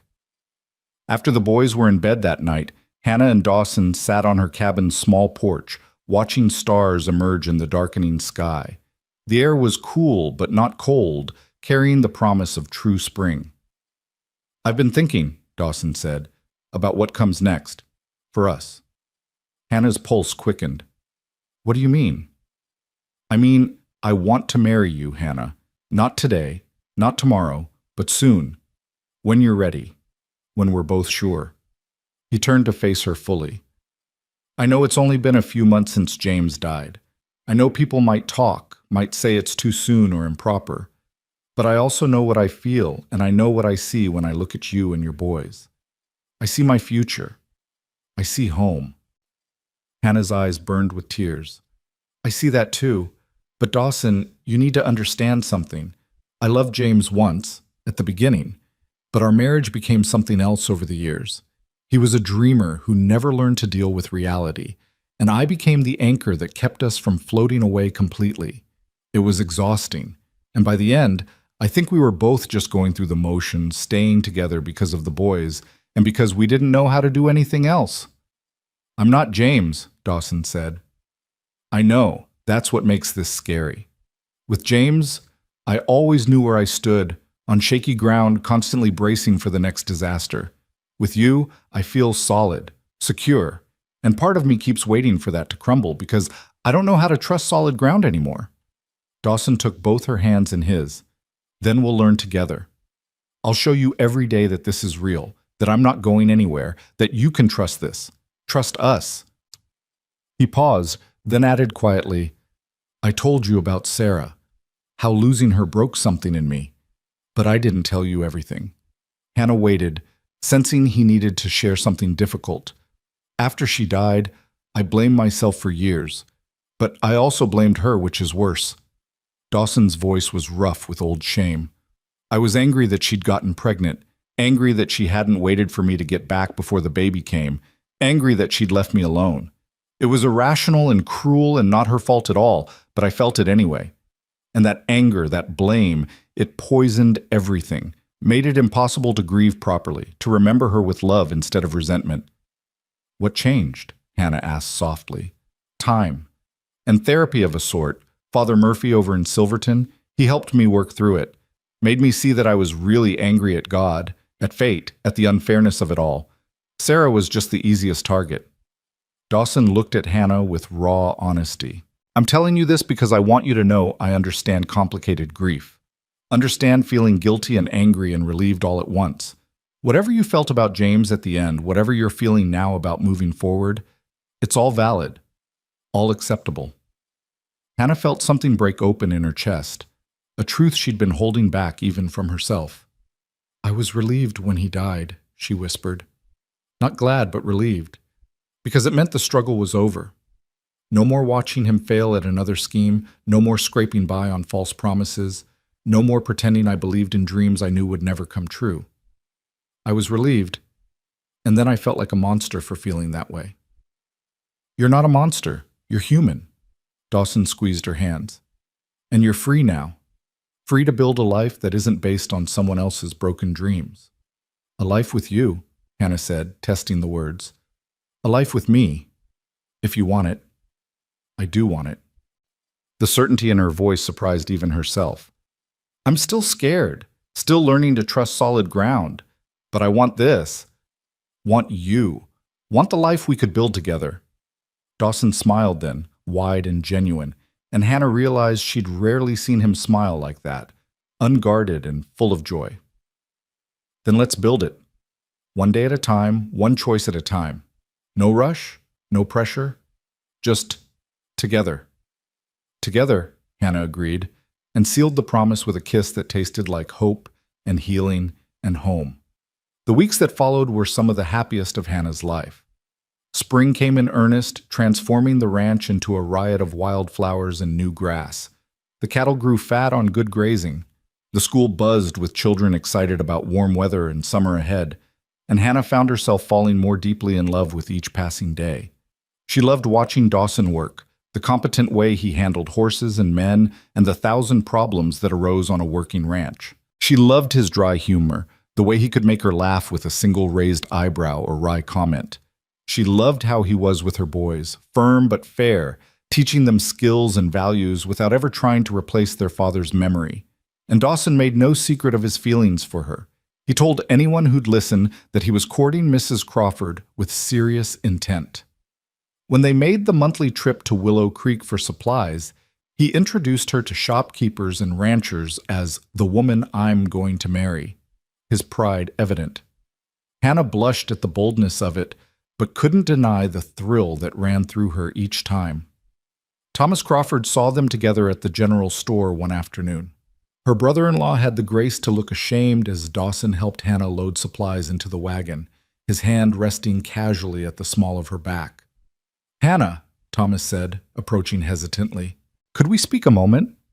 Hannah glanced at Dawson, who nodded and moved away to give them privacy, though his watchful gaze never left her. What is it, Thomas? I wanted to say, I'm glad things worked out for you, that you found a good situation. Thomas twisted his hat in his hands. I heard Baxter's courting you. That true? It is. That's good. He's a decent man. Does well for himself. Thomas paused, then added quietly, I'm sorry, Hannah, for how I treated you when you first came. Martha's been after me about it for months, saying I should have helped more. She was right. Hannah studied her brother-in-law's face, seeing genuine remorse there. Part of her wanted to hold on to her anger, to make him feel the rejection she'd felt. But anger was exhausting, and she had better things to do with her energy. You gave me money when I needed it, she said finally. That helped more than you know. And if you hadn't turned me away, I wouldn't have gone to the Circle B. Wouldn't have found Dawson. So maybe things worked out the way they were supposed to. That's generous of you. It's not generosity, it's just letting go. Hannah glanced at Dawson, who was examining harnesses with the deliberate focus of someone pretending not to eavesdrop. I'm building a new life, Thomas. One that doesn't have room for old grudges. So I forgive you, if that's what you're asking for. And I wish you and your family well. Thomas's relief was palpable. Thank you. And Hannah? James would be glad you found someone good, for what that's worth. Hannah nodded, not trusting her voice, and Thomas tipped his hat and walked away. Dawson returned immediately, his eyes searching her face. You all right? I am. And she was. The encounter that would have devastated her months ago now felt like closing a chapter, not reopening a wound. Let's go home. Home, Dawson repeated, smiling. I like the sound of that. As they rode back to the ranch, Hannah reflected on how much had changed since that desperate day when she'd stood in Willow Creek with nowhere to go. She'd been so lost then, so frightened. Now she knew exactly where she belonged.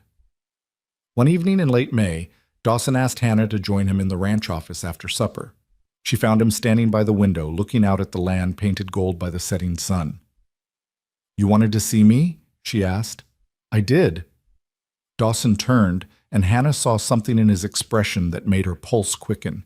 Nervousness, excitement, determination all mixed together. I have something for you and your boys, actually. He handed her a folder of official-looking documents. Hannah opened it, scanning the legal language, trying to make sense of what she was reading. "These are deeds," she said slowly. "For land?" "For 40 acres on the eastern edge of the ranch," Dawson confirmed. "It's good land with water access and timber. I had my lawyer draw up the papers to put it in your name, yours and your son's." Hannah stared at him, unable to process what he was saying. "I don't understand. Why would you—" "Because I want you to have security," Dawson said. "Independent of me, independent of our relationship. If something happened to me, if things didn't work out between us, if you ever needed to leave, you'd have land of your own. Property no one could take from you. Your boys would have an inheritance." "But Dawson, this is too much." "It's not enough," he interrupted. "Hannah, you came here with nothing. You've worked hard, built a life, earned every bit of respect you have. But I need you to know that you're not dependent on my goodwill or our relationship working out.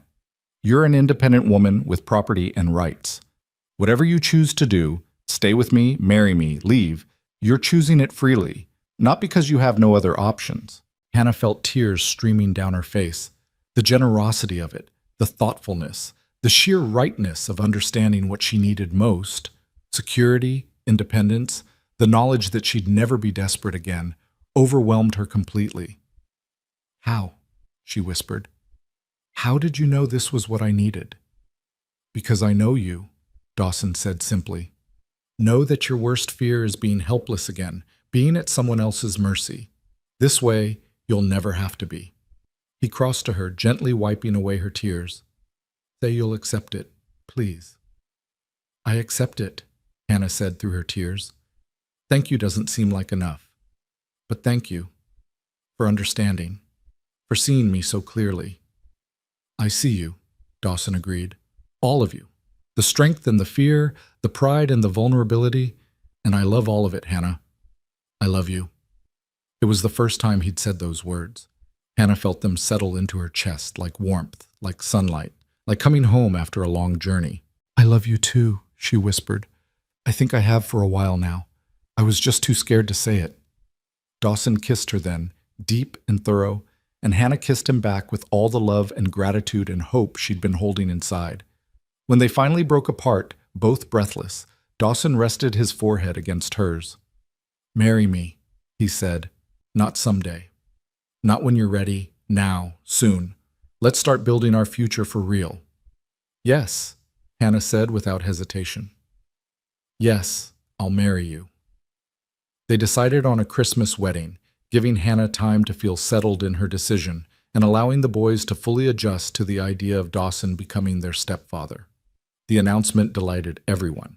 Mrs. Abernathy immediately began planning the celebration. The ranch hands congratulated Dawson with knowing grins, and the children at school peppered Hannah with excited questions about the wedding. Her boys took the news with varying reactions. Samuel was thrilled at the prospect of Dawson officially becoming his father. Noah worried about practical details like where they'd live and whether he'd have to change his name. And Elijah, after digesting the information quietly for a day, sought Hannah out for a private conversation. "Mama, he said, his young face serious, "are you happy? Really happy?" Hannah pulled her eldest son into a hug. "I am, sweetheart, happier than I've been in years. And Mr. Baxter, Dawson, he's good to you. Not like—" Elijah trailed off, unwilling to criticize his late father, but clearly needing reassurance. "He's very good to me," Hannah said firmly. "He listens when I talk. He respects my opinions. He never makes me feel small or foolish. And Eli, he'll never try to replace your father. He knows James was your pa, and he respects that. He just wants to be someone you can count on." "I like him," Elijah admitted. "He teaches me things and doesn't get mad when I ask too many questions. And he makes you smile the way you used to before Pa got sick." "Then you approve?" "I approve." Elijah managed a small smile. "We're going to be a real family, aren't we? Not just people living in the same place, but a real family." "We already are a real family," Hannah said. "The wedding just makes it official." As summer rolled into fall, Hannah threw herself into preparations. She sewed a new dress with Mrs. Abernathy's help, simple but elegant in deep blue wool. She taught her boys how to tie proper neckties and stand still during fittings for their new suits. She worked with the ranch cook to plan a feast that would feed the neighboring families they'd invited to celebrate. And through it all, Dawson was a steady, loving presence. He didn't disappear into wedding planning stress or try to control every detail. Instead, he supported Hannah's choices, offered opinions when asked, and made sure she knew that the wedding was just one day. What mattered was the life they'd build afterward. One crisp October evening, as they sat together on the porch, watching the aspen trees turn gold in the hills, Dawson pulled a small box from his pocket. "I have something else for you," he said. "Been waiting for the right moment." Hannah opened the box to find a delicate silver locket on a fine chain. She lifted it out, admiring the intricate engraving on the front, and opened the clasp. Inside were 3 small photographs. Her 3 sons, their faces captured perfectly, looking happy and healthy and loved. "The traveling photographer came through last month," Dawson explained. "I commissioned portraits of the boys as a surprise, but look at the other side." Hannah turned the locket over. The opposite interior was empty, ready for another photograph. "That's for whatever the future holds," Dawson said softly. "Maybe a picture of us together, maybe another child someday, if we're blessed with one. Maybe just a reminder of something important. But I wanted you to have it, your boys with you always, close to your heart, with room for more love to come." Hannah couldn't speak past the lump in her throat. The thoughtfulness of it, the way he'd included her sons while also acknowledging the possibility of a shared future, undid her completely. She fastened the locket around her neck, feeling the slight weight of it settle against her chest. "It's perfect," she whispered. "You're perfect." "I'm not perfect," Dawson said with a laugh. "I'm stubborn and set in my ways, and I spend too much time worrying about cattle prices. But I'm perfect for you, maybe. And you're perfect for me. That's what matters." "Perfect for each other," Hannah agreed. She leaned against him, his arm coming around her shoulders, and they sat in comfortable silence as the sun painted the sky in shades of orange and pink. This was home, Hannah thought. Not the ranch, not the cabin, not any physical place. Home was this feeling of being seen and valued and loved, of building something meaningful with someone who understood both her strength and her scars, of knowing that whatever came next, she wouldn't face it alone. "Tell me about Christmas," she said after a while. "What traditions does the ranch have?" "Not many," Dawson admitted. "It's usually just a quiet day. Mrs. Abernathy makes a special dinner, the hands get the day off, and I usually spend it thinking about Sarah and feeling melancholy." He paused. "But this year will be different. This year we'll have a wedding, a celebration, new traditions to start." "I want it to be special for the boys, too," Hannah said. "They've had such a hard year. They deserve joy and celebration and hope. Then we'll make sure they have it." Dawson pressed a kiss to the top of her head. "We'll make this a Christmas none of us will ever forget." As October faded into November, the ranch settled into the rhythm of preparing for winter. Cattle were brought closer to the home pastures. Firewood was stacked high against the coming cold. The school closed for a week so families could focus on preparations, and Hannah used the time to finalize wedding plans and help Mrs. Abernathy with preserving and canning. The boys grew more excited as the wedding approached. Samuel talked about it constantly, asking questions about the ceremony and the party and whether there would be cake. Noah helped Dawson with extra chores, determined to prove he could be useful. And Elijah, in a gesture that made Hannah's eyes well up, asked if he could give her away at the wedding. "Pa would want me to," he said seriously, "since he can't be here to do it himself." "I think that's exactly what he'd want," Hannah agreed, pulling her son close. "I'd be honored to have you give me away." The first snow came in mid-November, a gentle dusting that made everything look clean and new. Hannah stood at the schoolhouse window watching it fall, thinking about all the snow that had fallen since she'd arrived at the Circle B, how each storm had seemed to mark a turning point in her journey, the storm that had driven her to seek shelter here in the first place, the winter cold that had brought her and Dawson closer, the illness that had forced her to confront her feelings, and now this snow, beautiful and peaceful, marking the approach of her wedding day. "Miss Crawford," one of her students tugged at her skirt, "are you going to be Mrs. Baxter after Christmas?" Hannah smiled down at the little girl. "I am." Will you still be our teacher? Of course. Getting married doesn't change that. Good, the child said with obvious relief. We like having you as our teacher. You make learning fun. After the children left for the day, Hannah tidied the schoolhouse and reflected on how much her life had changed. A year ago, she'd been struggling to survive, watching her husband die, facing an uncertain future with 3 frightened children. Now she had a home, a purpose, a man who loved her, and the promise of a future that felt solid and real. She touched the locket at her throat, feeling the outline of her son's faces through the silver. Whatever came next, they'd face it together. Her boys, Dawson, and the family they were choosing to become.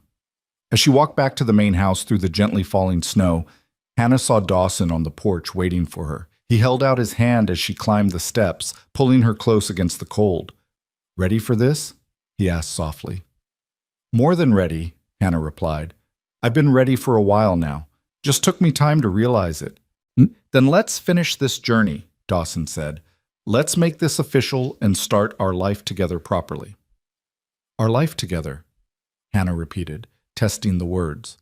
They felt right. They felt like coming home after a long exile, like finding solid ground after drifting. They felt like the beginning of something beautiful and lasting and true.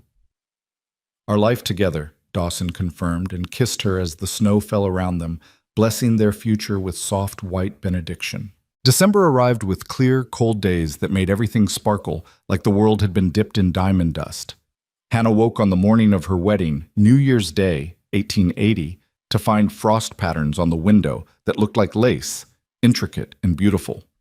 She lay in bed for a moment, letting the reality wash over her. Today she would marry Dawson Baxter. Today she would become not just Hannah Crawford, widow and survivor, but Hannah Crawford Baxter, wife and partner in building a life she'd never dared dream possible.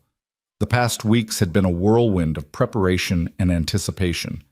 The ranch had transformed under Mrs. Abernathy's determined direction, with evergreen boughs decorating the main house and candles ready to light when evening came. Neighbors had arrived yesterday from surrounding ranches, filling every available bed and making the Circle B feel alive with community and celebration. The wedding would take place at 3 o'clock, giving everyone time to rest from their travels and gather properly. Hannah rose and dressed carefully in her chemise and petticoat, her hands trembling slightly with nerves and excitement. A soft knock came at the cabin door, and Mrs. Abernathy entered carrying Hannah's wedding dress, freshly pressed and smelling faintly of lavender. "Let me help you," the older woman said, her eyes suspiciously bright. "Can't have the bride struggling with all these buttons on her own." As Mrs. Abernathy helped her into the deep blue wool dress, Hannah caught sight of herself in the small mirror propped on the dresser. The woman looking back at her bore little resemblance to the desperate widow who'd arrived at the Circle B 8 months ago. This woman had color in her cheeks, clarity in her eyes, and something that looked remarkably like happiness radiating from her face. "You're beautiful, dear," Mrs. Abernathy said, fastening the last button. "Dawson's going to forget how to speak when he sees you." "I'm nervous," Hannah admitted. "Not about marrying him, I'm sure about that, but about all these people watching, about making vows in front of everyone, about promising forever when forever seems like such a long, uncertain time," Mrs. Abernathy finished gently. "That's normal. But Hannah, you've already survived forever once. You know what it takes now, and this time you're starting from a place of strength instead of naive hope. That makes all the difference." Hannah nodded, touching the locket at her throat for courage. Inside were her sons' faces and, as of yesterday, a small photograph of her and Dawson taken by the traveling photographer who'd passed through last month. Dawson had insisted on having it made, saying he wanted to remember this moment, the anticipation, the joy, the beginning of their life together. "Is he nervous?" Hannah asked. "Pacing like a caged mountain lion," Mrs. Abernathy replied with a laugh.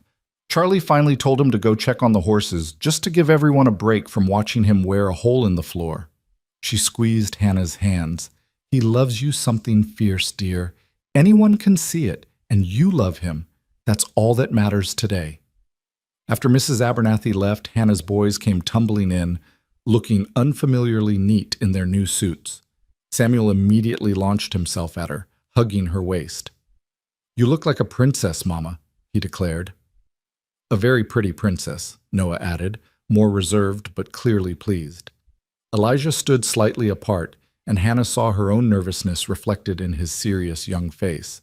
She went to him, taking his hands. "You ready for this?" she asked softly. "Are you?" he countered. "Really ready? Because once you say those vows, Mama, we're all in this together. We'll be Baxters. This will be our home for real." "I'm ready," Hannah said firmly. "Elijah, I know you've had to be strong for so long, had to worry about things no 12-year-old should worry about, but I need you to hear me now. Dawson is a good man. He'll take care of us. You don't have to carry the weight of the world anymore, sweetheart. You can just be a boy again." "What if something goes wrong?" Elijah whispered. "What if he changes? What if we lose this too?"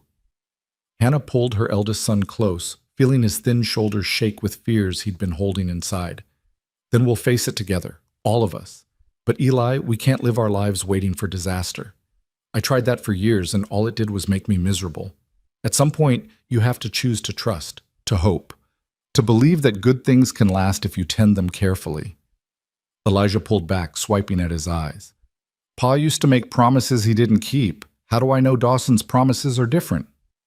"Because Dawson's already kept the promises that matter most," Hannah said. "He promised us shelter, and he's given us a home.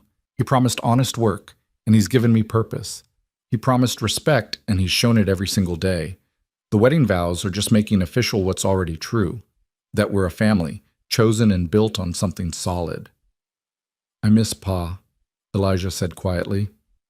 "Even though things were hard, even though I know Dawson's better for us, I still miss him sometimes." "Of course you do. He was your father, and it's right to miss him." Hannah cupped Elijah's face in her hands. "Marrying Dawson doesn't erase your pa or dishonor his memory. It just means we're moving forward, building something new while still remembering where we came from. You can love your father's memory and accept Dawson as your stepfather. Both things can be true at once." Elijah nodded slowly, and Hannah saw some of the tension leave his shoulders. "Okay, I'm ready then. Let's go make this official." The wedding took place in the ranch's main living room, which had been transformed by evergreen boughs, white candles, and the warm presence of friends and neighbors. Father Murphy had traveled from Silverton to perform the ceremony, and he stood now before the stone fireplace, his weathered face kind as he waited for the bride. Hannah stood in the doorway with Elijah's arm linked through hers, looking at the gathered faces. There were the ranch hands, cleaned up and looking almost unrecognizable in their Sunday best. There were neighboring ranchers and their families, people she'd come to know through school and community gatherings. There was Mrs. Abernathy, beaming and dabbing at her eyes with a handkerchief. And there, at the front of the room, stood Dawson. He wore a new dark suit that emphasized his broad shoulders and made him look almost unbearably handsome. But it was his face that captured Hannah's attention, the way his eyes lit up when he saw her, the slight tremor in his hands that betrayed his nerves, the smile that transformed his weathered features into something approaching joy. This was the man who'd offered shelter in a storm and had given so much more. This was the man who'd seen her at her lowest and had helped her rebuild. This was the man who loved her sons as if they were his own, and who'd given her the security of land and independence even as he'd asked for her heart. This was the man she was choosing, freely and fully, to spend the rest of her life with. Elijah walked her forward with solemn dignity, and when they reached the front, he carefully placed her hand in Dawson's. The gesture was deliberate, ceremonial, her eldest son giving his blessing, acknowledging the transfer of responsibility while also recognizing that Hannah was choosing this for herself. "Take care of her," Elijah said quietly, so only Dawson could hear. "Take care of all of us." "I will," Dawson promised, his voice rough with emotion. "I swear it." Elijah nodded and stepped back to stand with his brothers, who were watching with wide eyes and barely contained excitement. Father Murphy began the ceremony, his voice carrying the weight of countless weddings performed over decades of ministry. Hannah heard the familiar words: love, honor, cherish, for better or worse, in sickness and health. But this time, they felt different. Not like empty promises or naive hopes, but like a genuine commitment between two people who understood exactly what they were undertaking. Dawson Baxter, Father Murphy said. Do you take this woman to be your lawfully wedded wife? To love her, comfort her, honor and keep her, in sickness and health, in sorrow and joy, forsaking all others as long as you both shall live? I do, Dawson said, his eyes never leaving Hannah's face. With everything I am, I do. And Hannah Crawford, do you take this man to be your lawfully wedded husband, to love him, comfort him, honor and keep him, in sickness and health, in sorrow and joy, forsaking all others, as long as you both shall live? Hannah felt the weight of the moment settle over her, the significance of this choice, this commitment, this leap of faith into an uncertain future. But when she looked at Dawson, at his steady strength and patient love, the uncertainty faded. This was right. This was real.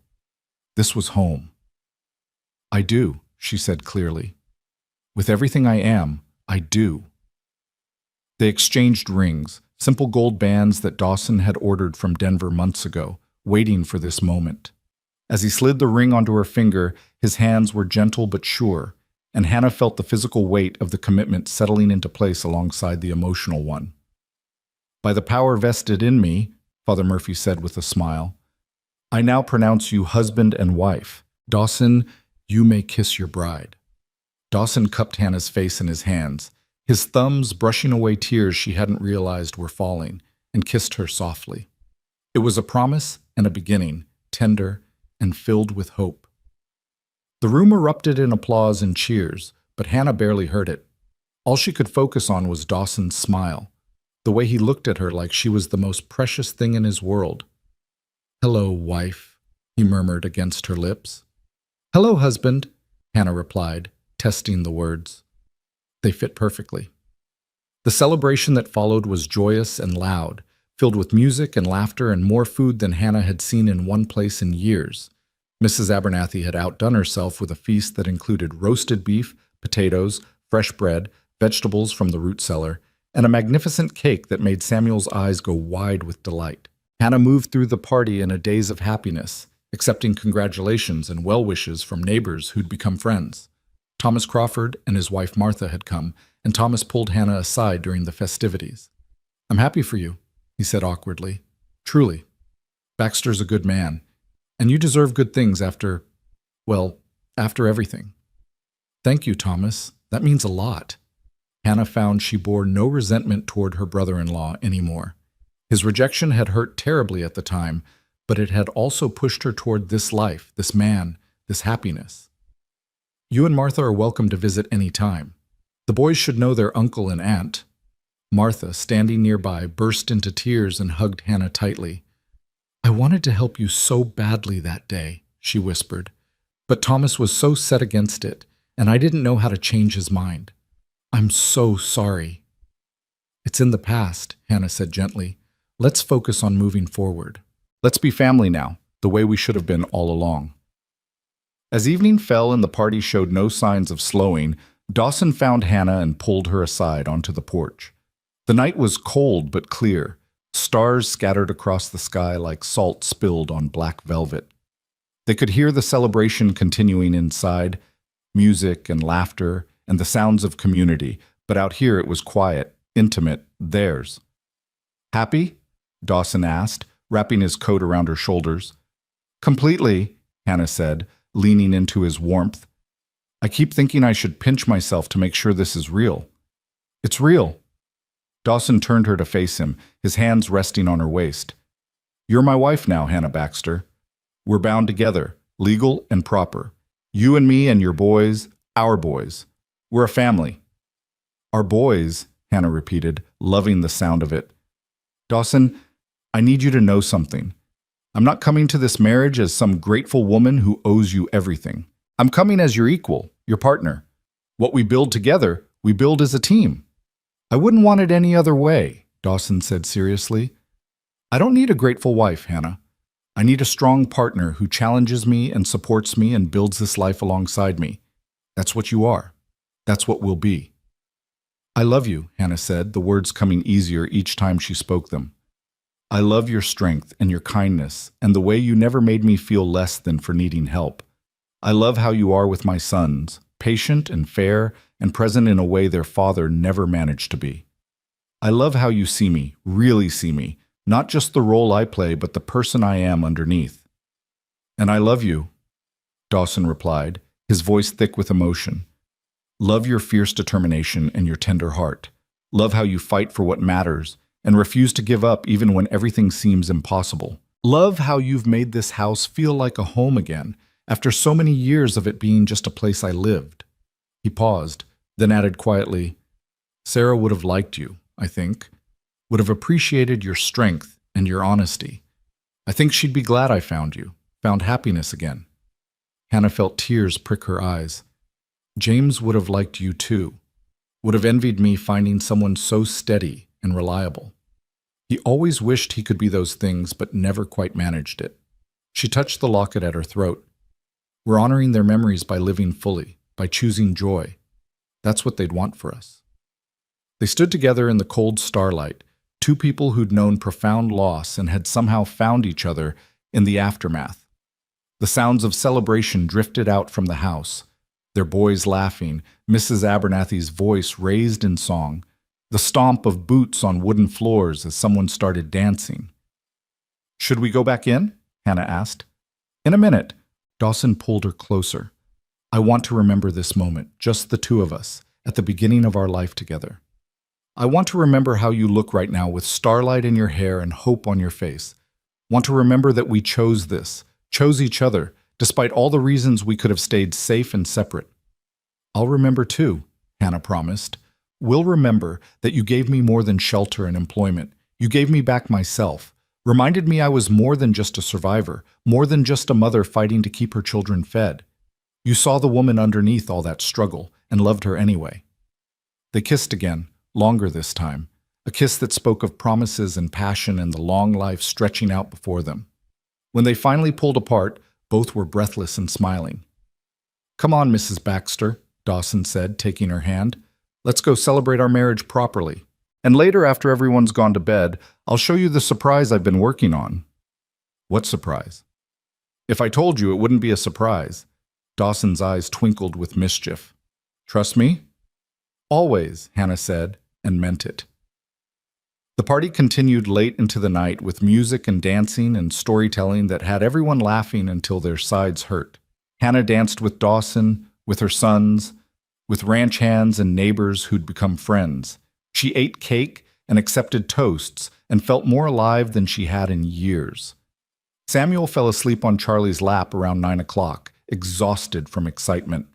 Noah followed an hour later, curled up on the sofa with his head on Elijah's shoulder. Only Elijah remained awake as the party wound down, helping clear dishes and watching the adults with the solemn interest of a boy on the cusp of understanding grown-up matters. Finally, around midnight, the last of the guests retreated to their rooms or the bunkhouse, leaving the main house quiet. Mrs. Abernathy shooed Hannah and Dawson toward the door with a knowing smile. Off with you both.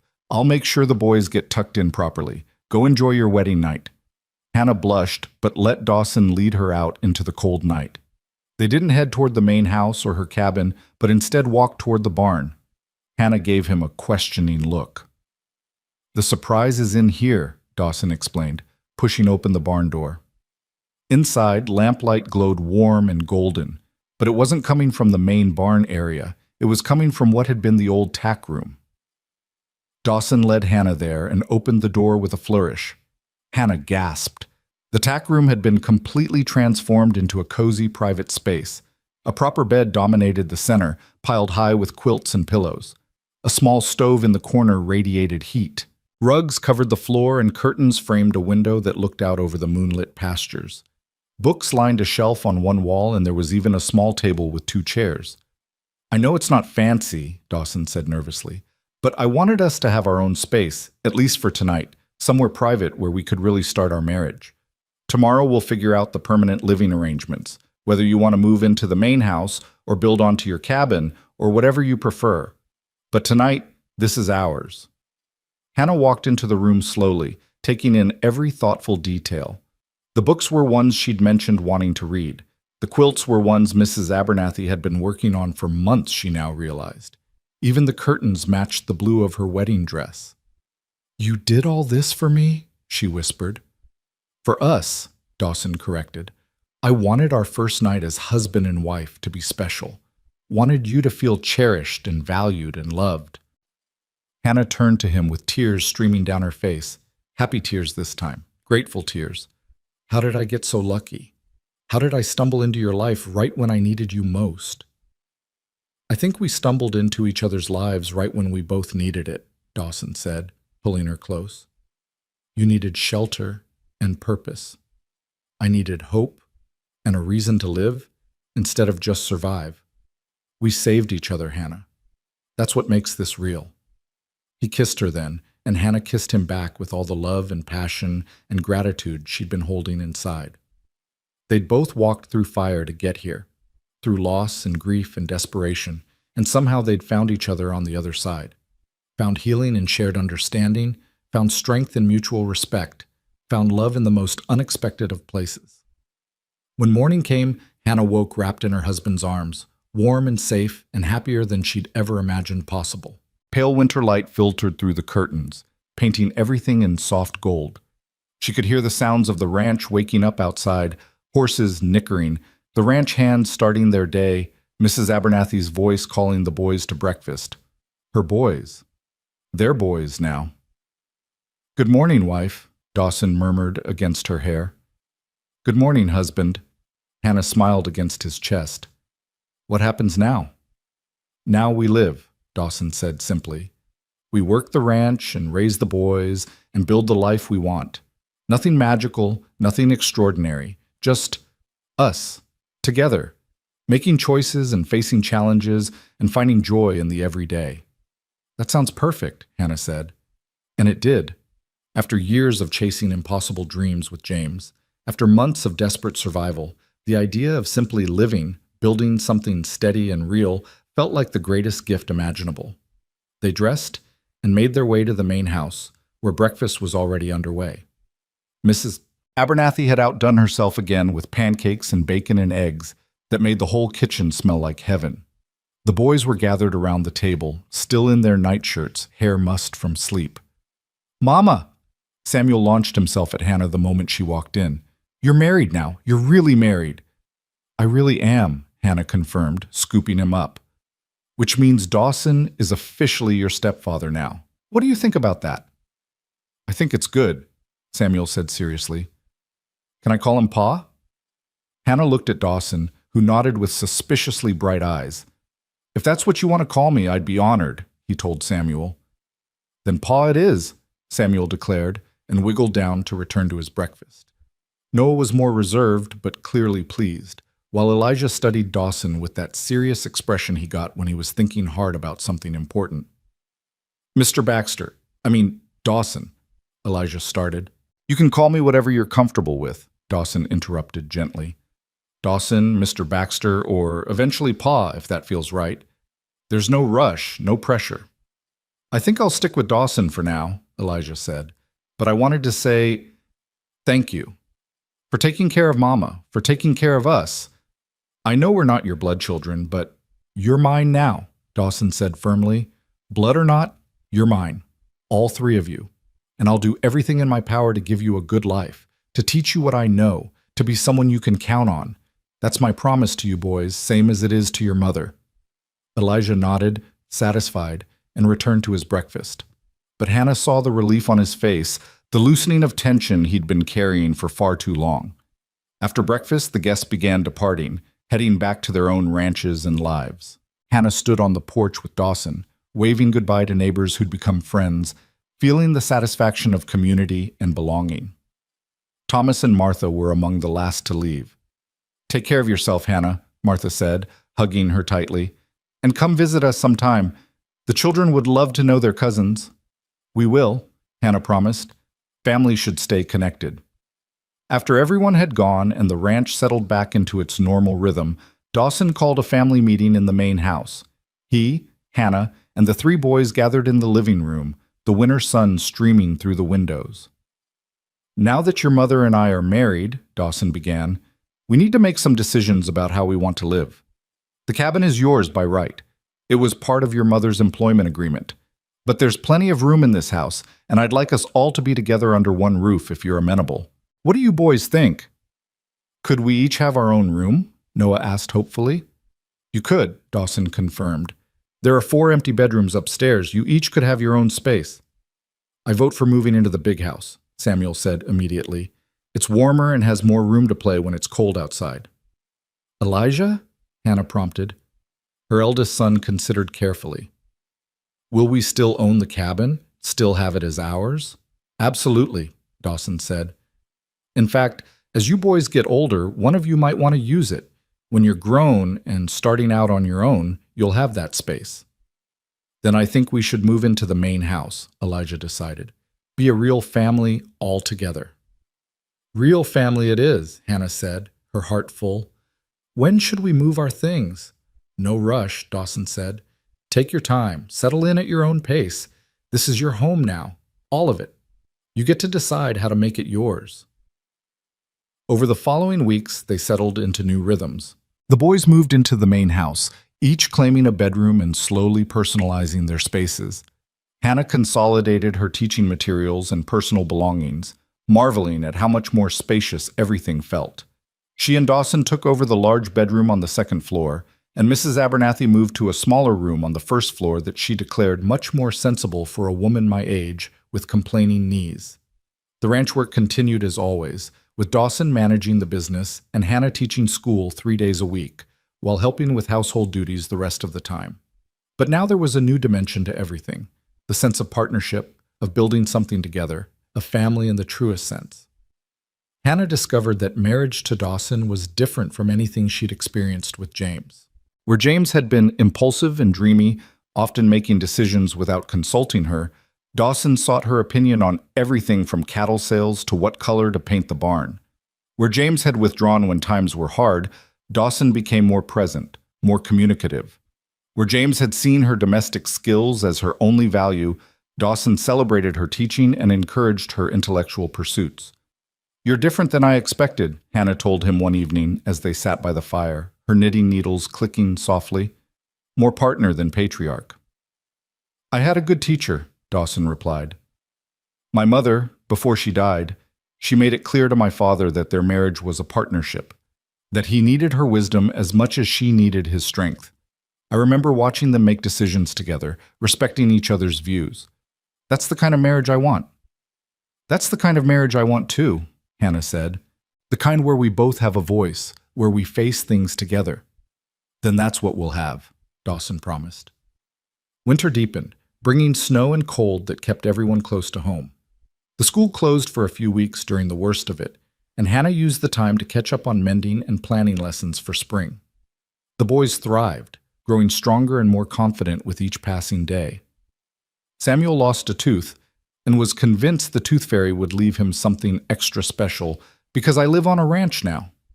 Noah became obsessed with learning to rope, practicing for hours with patient instruction from Charlie, and Elijah, at Dawson's encouragement, started keeping a journal, recording life on the ranch and his observations about everything from weather patterns to cattle behavior. On Valentine's Day, Dawson surprised Hannah with a trip to town, just the two of them, leaving the boys in Mrs. Abernathy's capable hands. They had dinner at the restaurant, browsed the general store, and visited the library where Hannah discovered they'd received a shipment of new books. Dawson bought her 6 books without batting an eye at the cost, saying simply, "You need them for teaching. Consider it an investment in the ranch's future." As they drove home in the wagon, wrapped in blankets against the cold, Hannah reflected on how different her life had become. A year ago, I was watching James die in a camp outside Pueblo, she said quietly. I was terrified and alone, and had no idea how we'd survive. Now look at me. Married to a good man, living in a real home, teaching children, watching my boys grow into who they're meant to be. It feels like a dream sometimes. It's not a dream, Dawson said, pulling her closer. It's real life. Hard-earned, well-deserved real life. Do you ever worry it will all fall apart? Hannah asked. That we'll wake up one day and discover we've been fooling ourselves? Sometimes, Dawson admitted. But then I remember that we've both survived the worst life can throw at us. We've been tested by loss and hardship and desperation, and we're still standing. That's not luck or foolishness, that's strength. So if challenges come, and they will, We'll face them the way we've faced everything else. Together. Together, Hannah echoed, and the word felt like a talisman against fear, a promise that she'd never have to face the darkness alone again. Spring came late that year, but when it arrived, it transformed the ranch into something magical. Wildflowers carpeted the meadows in waves of purple and yellow and white. Calves were born, their long legs wobbling as they took their first steps. The creek swelled with snowmelt, rushing and tumbling over rocks in joyful chaos. And Hannah discovered she was pregnant. She'd suspected for a few weeks, but had waited to be certain before telling anyone. Now, sitting at the breakfast table with Dawson and the boys on a bright April morning, she felt the news bubbling up inside her, demanding to be shared. "I have something to tell everyone," she said, setting down her coffee cup. 5 faces turned to her expectantly. Dawson, the 3 boys, and Mrs. Abernathy, who'd joined them for breakfast. "I'm expecting a baby," Hannah said simply. "Sometime in the fall, we'll have a new addition to the family." For a moment, there was stunned silence. Then Samuel whooped, Noah grinned, and Elijah's face split into a rare, unguarded smile. But it was Dawson's reaction that Hannah focused on, the way his eyes filled with tears, the way his hand shook as he reached for hers, the naked hope and joy and wonder on his face. "A baby?" he whispered. "We're having a baby." "We are," Hannah confirmed. "Are you happy?"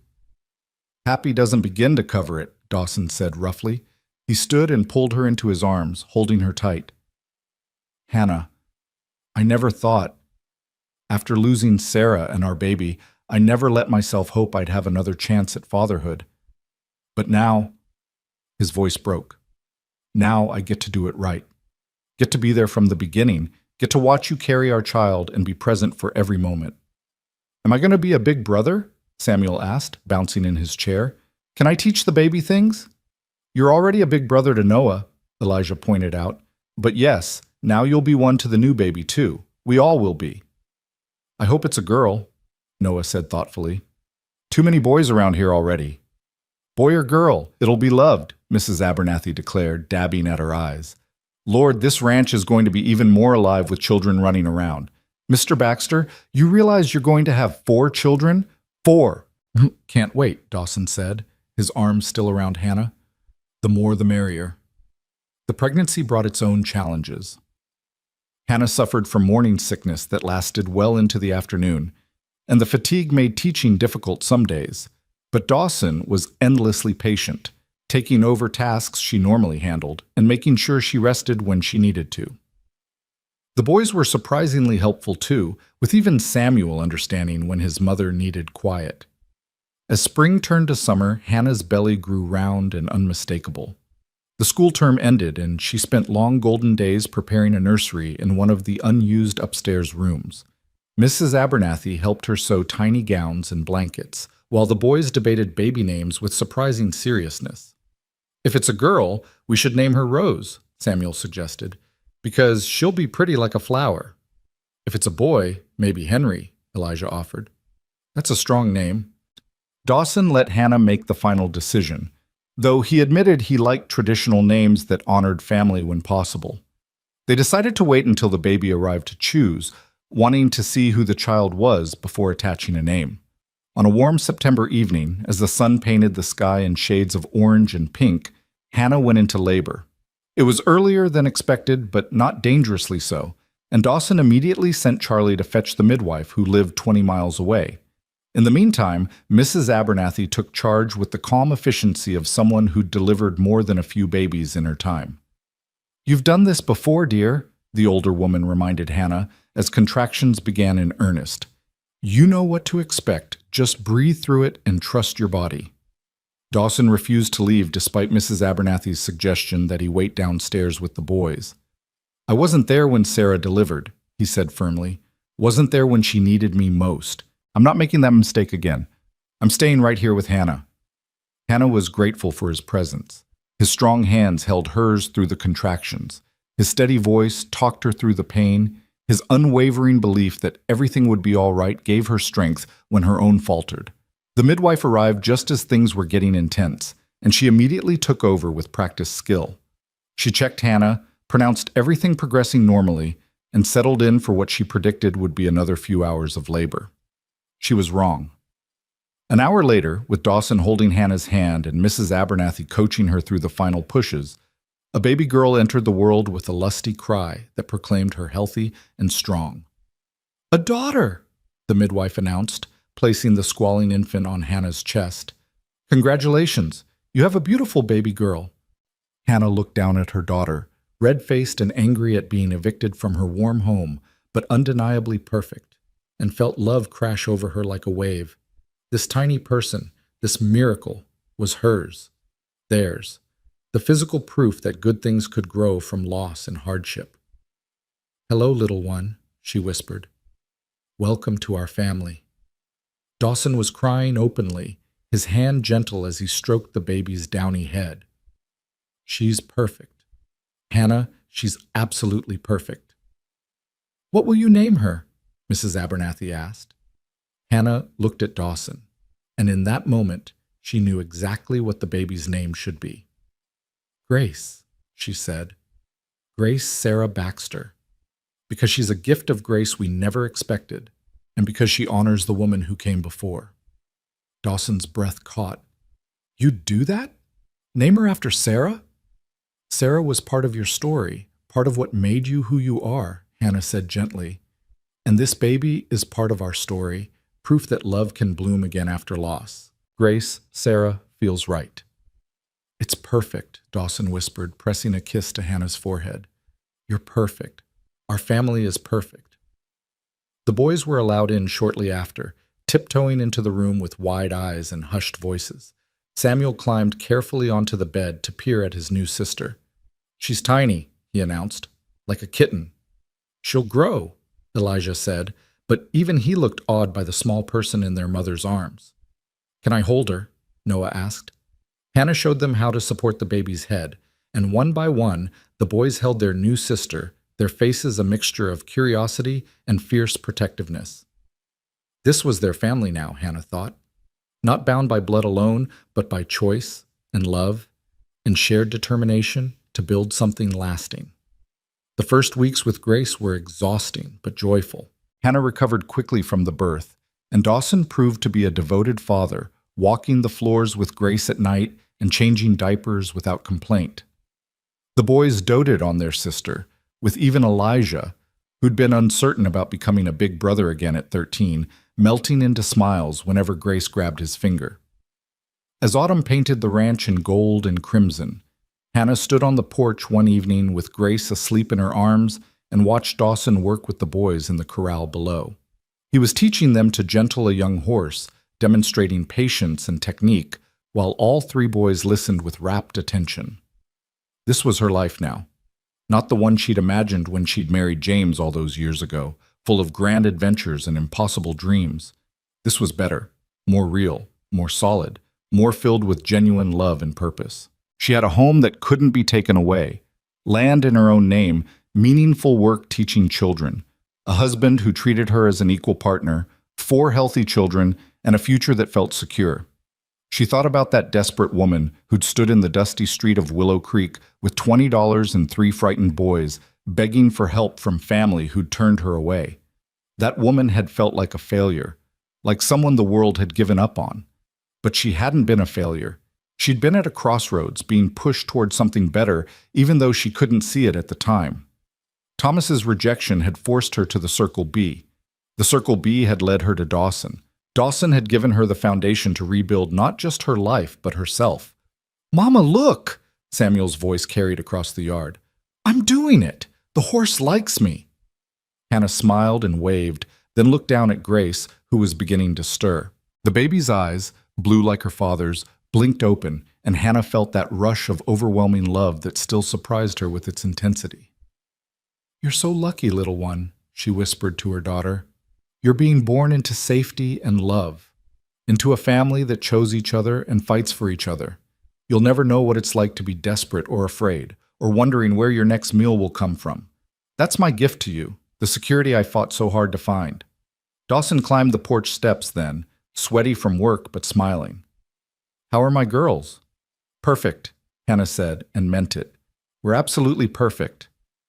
He wrapped his arms around her from behind, careful not to jostle the baby, and they stood together watching the sun sink toward the mountains. The boys' laughter drifted up from the corral. Smoke rose from the chimney where Mrs. Abernathy was preparing supper. Cattle lowed in the distance. Everything spoke of life and continuity and home. "Happy?" Dawson asked softly, echoing the question he'd asked so many times before. "Completely," Hannah replied, the same answer she always gave, but with even more conviction now. "I have everything I need right here. You, the boys, Grace, this land, this life we've built. It's more than I ever dreamed possible." "We've come a long way," Dawson mused. "Both of us. From loss and loneliness to this, to family and purpose and joy." "The road was hard," Hannah acknowledged, "but I wouldn't change it. Every difficulty, every setback, every moment of despair, it all led here. To this moment, to this family, to this home." She turned in his arms so she could see his face, this man who'd given her so much more than shelter and employment, who'd given her back herself and shown her what real partnership looked like, who loved her with a steady, unwavering devotion that made her feel cherished every single day. "Thank you," she said, "for seeing me that day when I drove up desperate and afraid, for taking a chance on a widow with 3 children and nothing to offer but hard work, for showing me what home really means." "Thank you for letting me," Dawson replied, "for trusting me with your heart when you had every reason to guard it carefully, for bringing life and laughter back to this ranch, for giving me a family again." He pressed a kiss to the top of Grace's head, then to Hannah's lips, "for giving me a reason to believe in second chances." As the last light faded from the sky and stars began to emerge, they went inside together. The house was warm and bright, filled with the sounds of family, Mrs. Abernathy calling them to supper, the boys arguing good-naturedly about whose turn it was to set the table, the crackle of the fire in the hearth. Hannah looked around the room at all these faces she loved, at this life she'd built from the ashes of loss and desperation, and felt peace settle into her bones. She was home, not just in a physical place, though the Circle B would always be that for her, but home in a deeper sense, in herself, in her relationships, in the knowledge that she was exactly where she belonged. The widow who'd found home again was a widow no more. She was a wife, a mother, a teacher, a partner. She was Hannah Crawford Baxter, and she'd earned every bit of joy she now held. From rejection to belonging, from sorrow to joy, from desperation to abundance, the journey had been long and hard and sometimes unbearable, but it had brought her here, to this moment, to this family, to this love, and that made every struggle worth it. As they gathered around the table for supper, Dawson at one end and Hannah at the other with their children between them, "Someone, Samuel probably," said Grace. Hannah listened to the familiar words with her hand resting over her heart, feeling the locket there with its photographs of her family, and added her own silent prayer of thanksgiving. For second chances, for grace that blooms from dust, for love that heals old wounds, for family chosen and built with intention and care, for home, finally and forever found. For all of it, every beautiful, hard-won bit of it, thank you.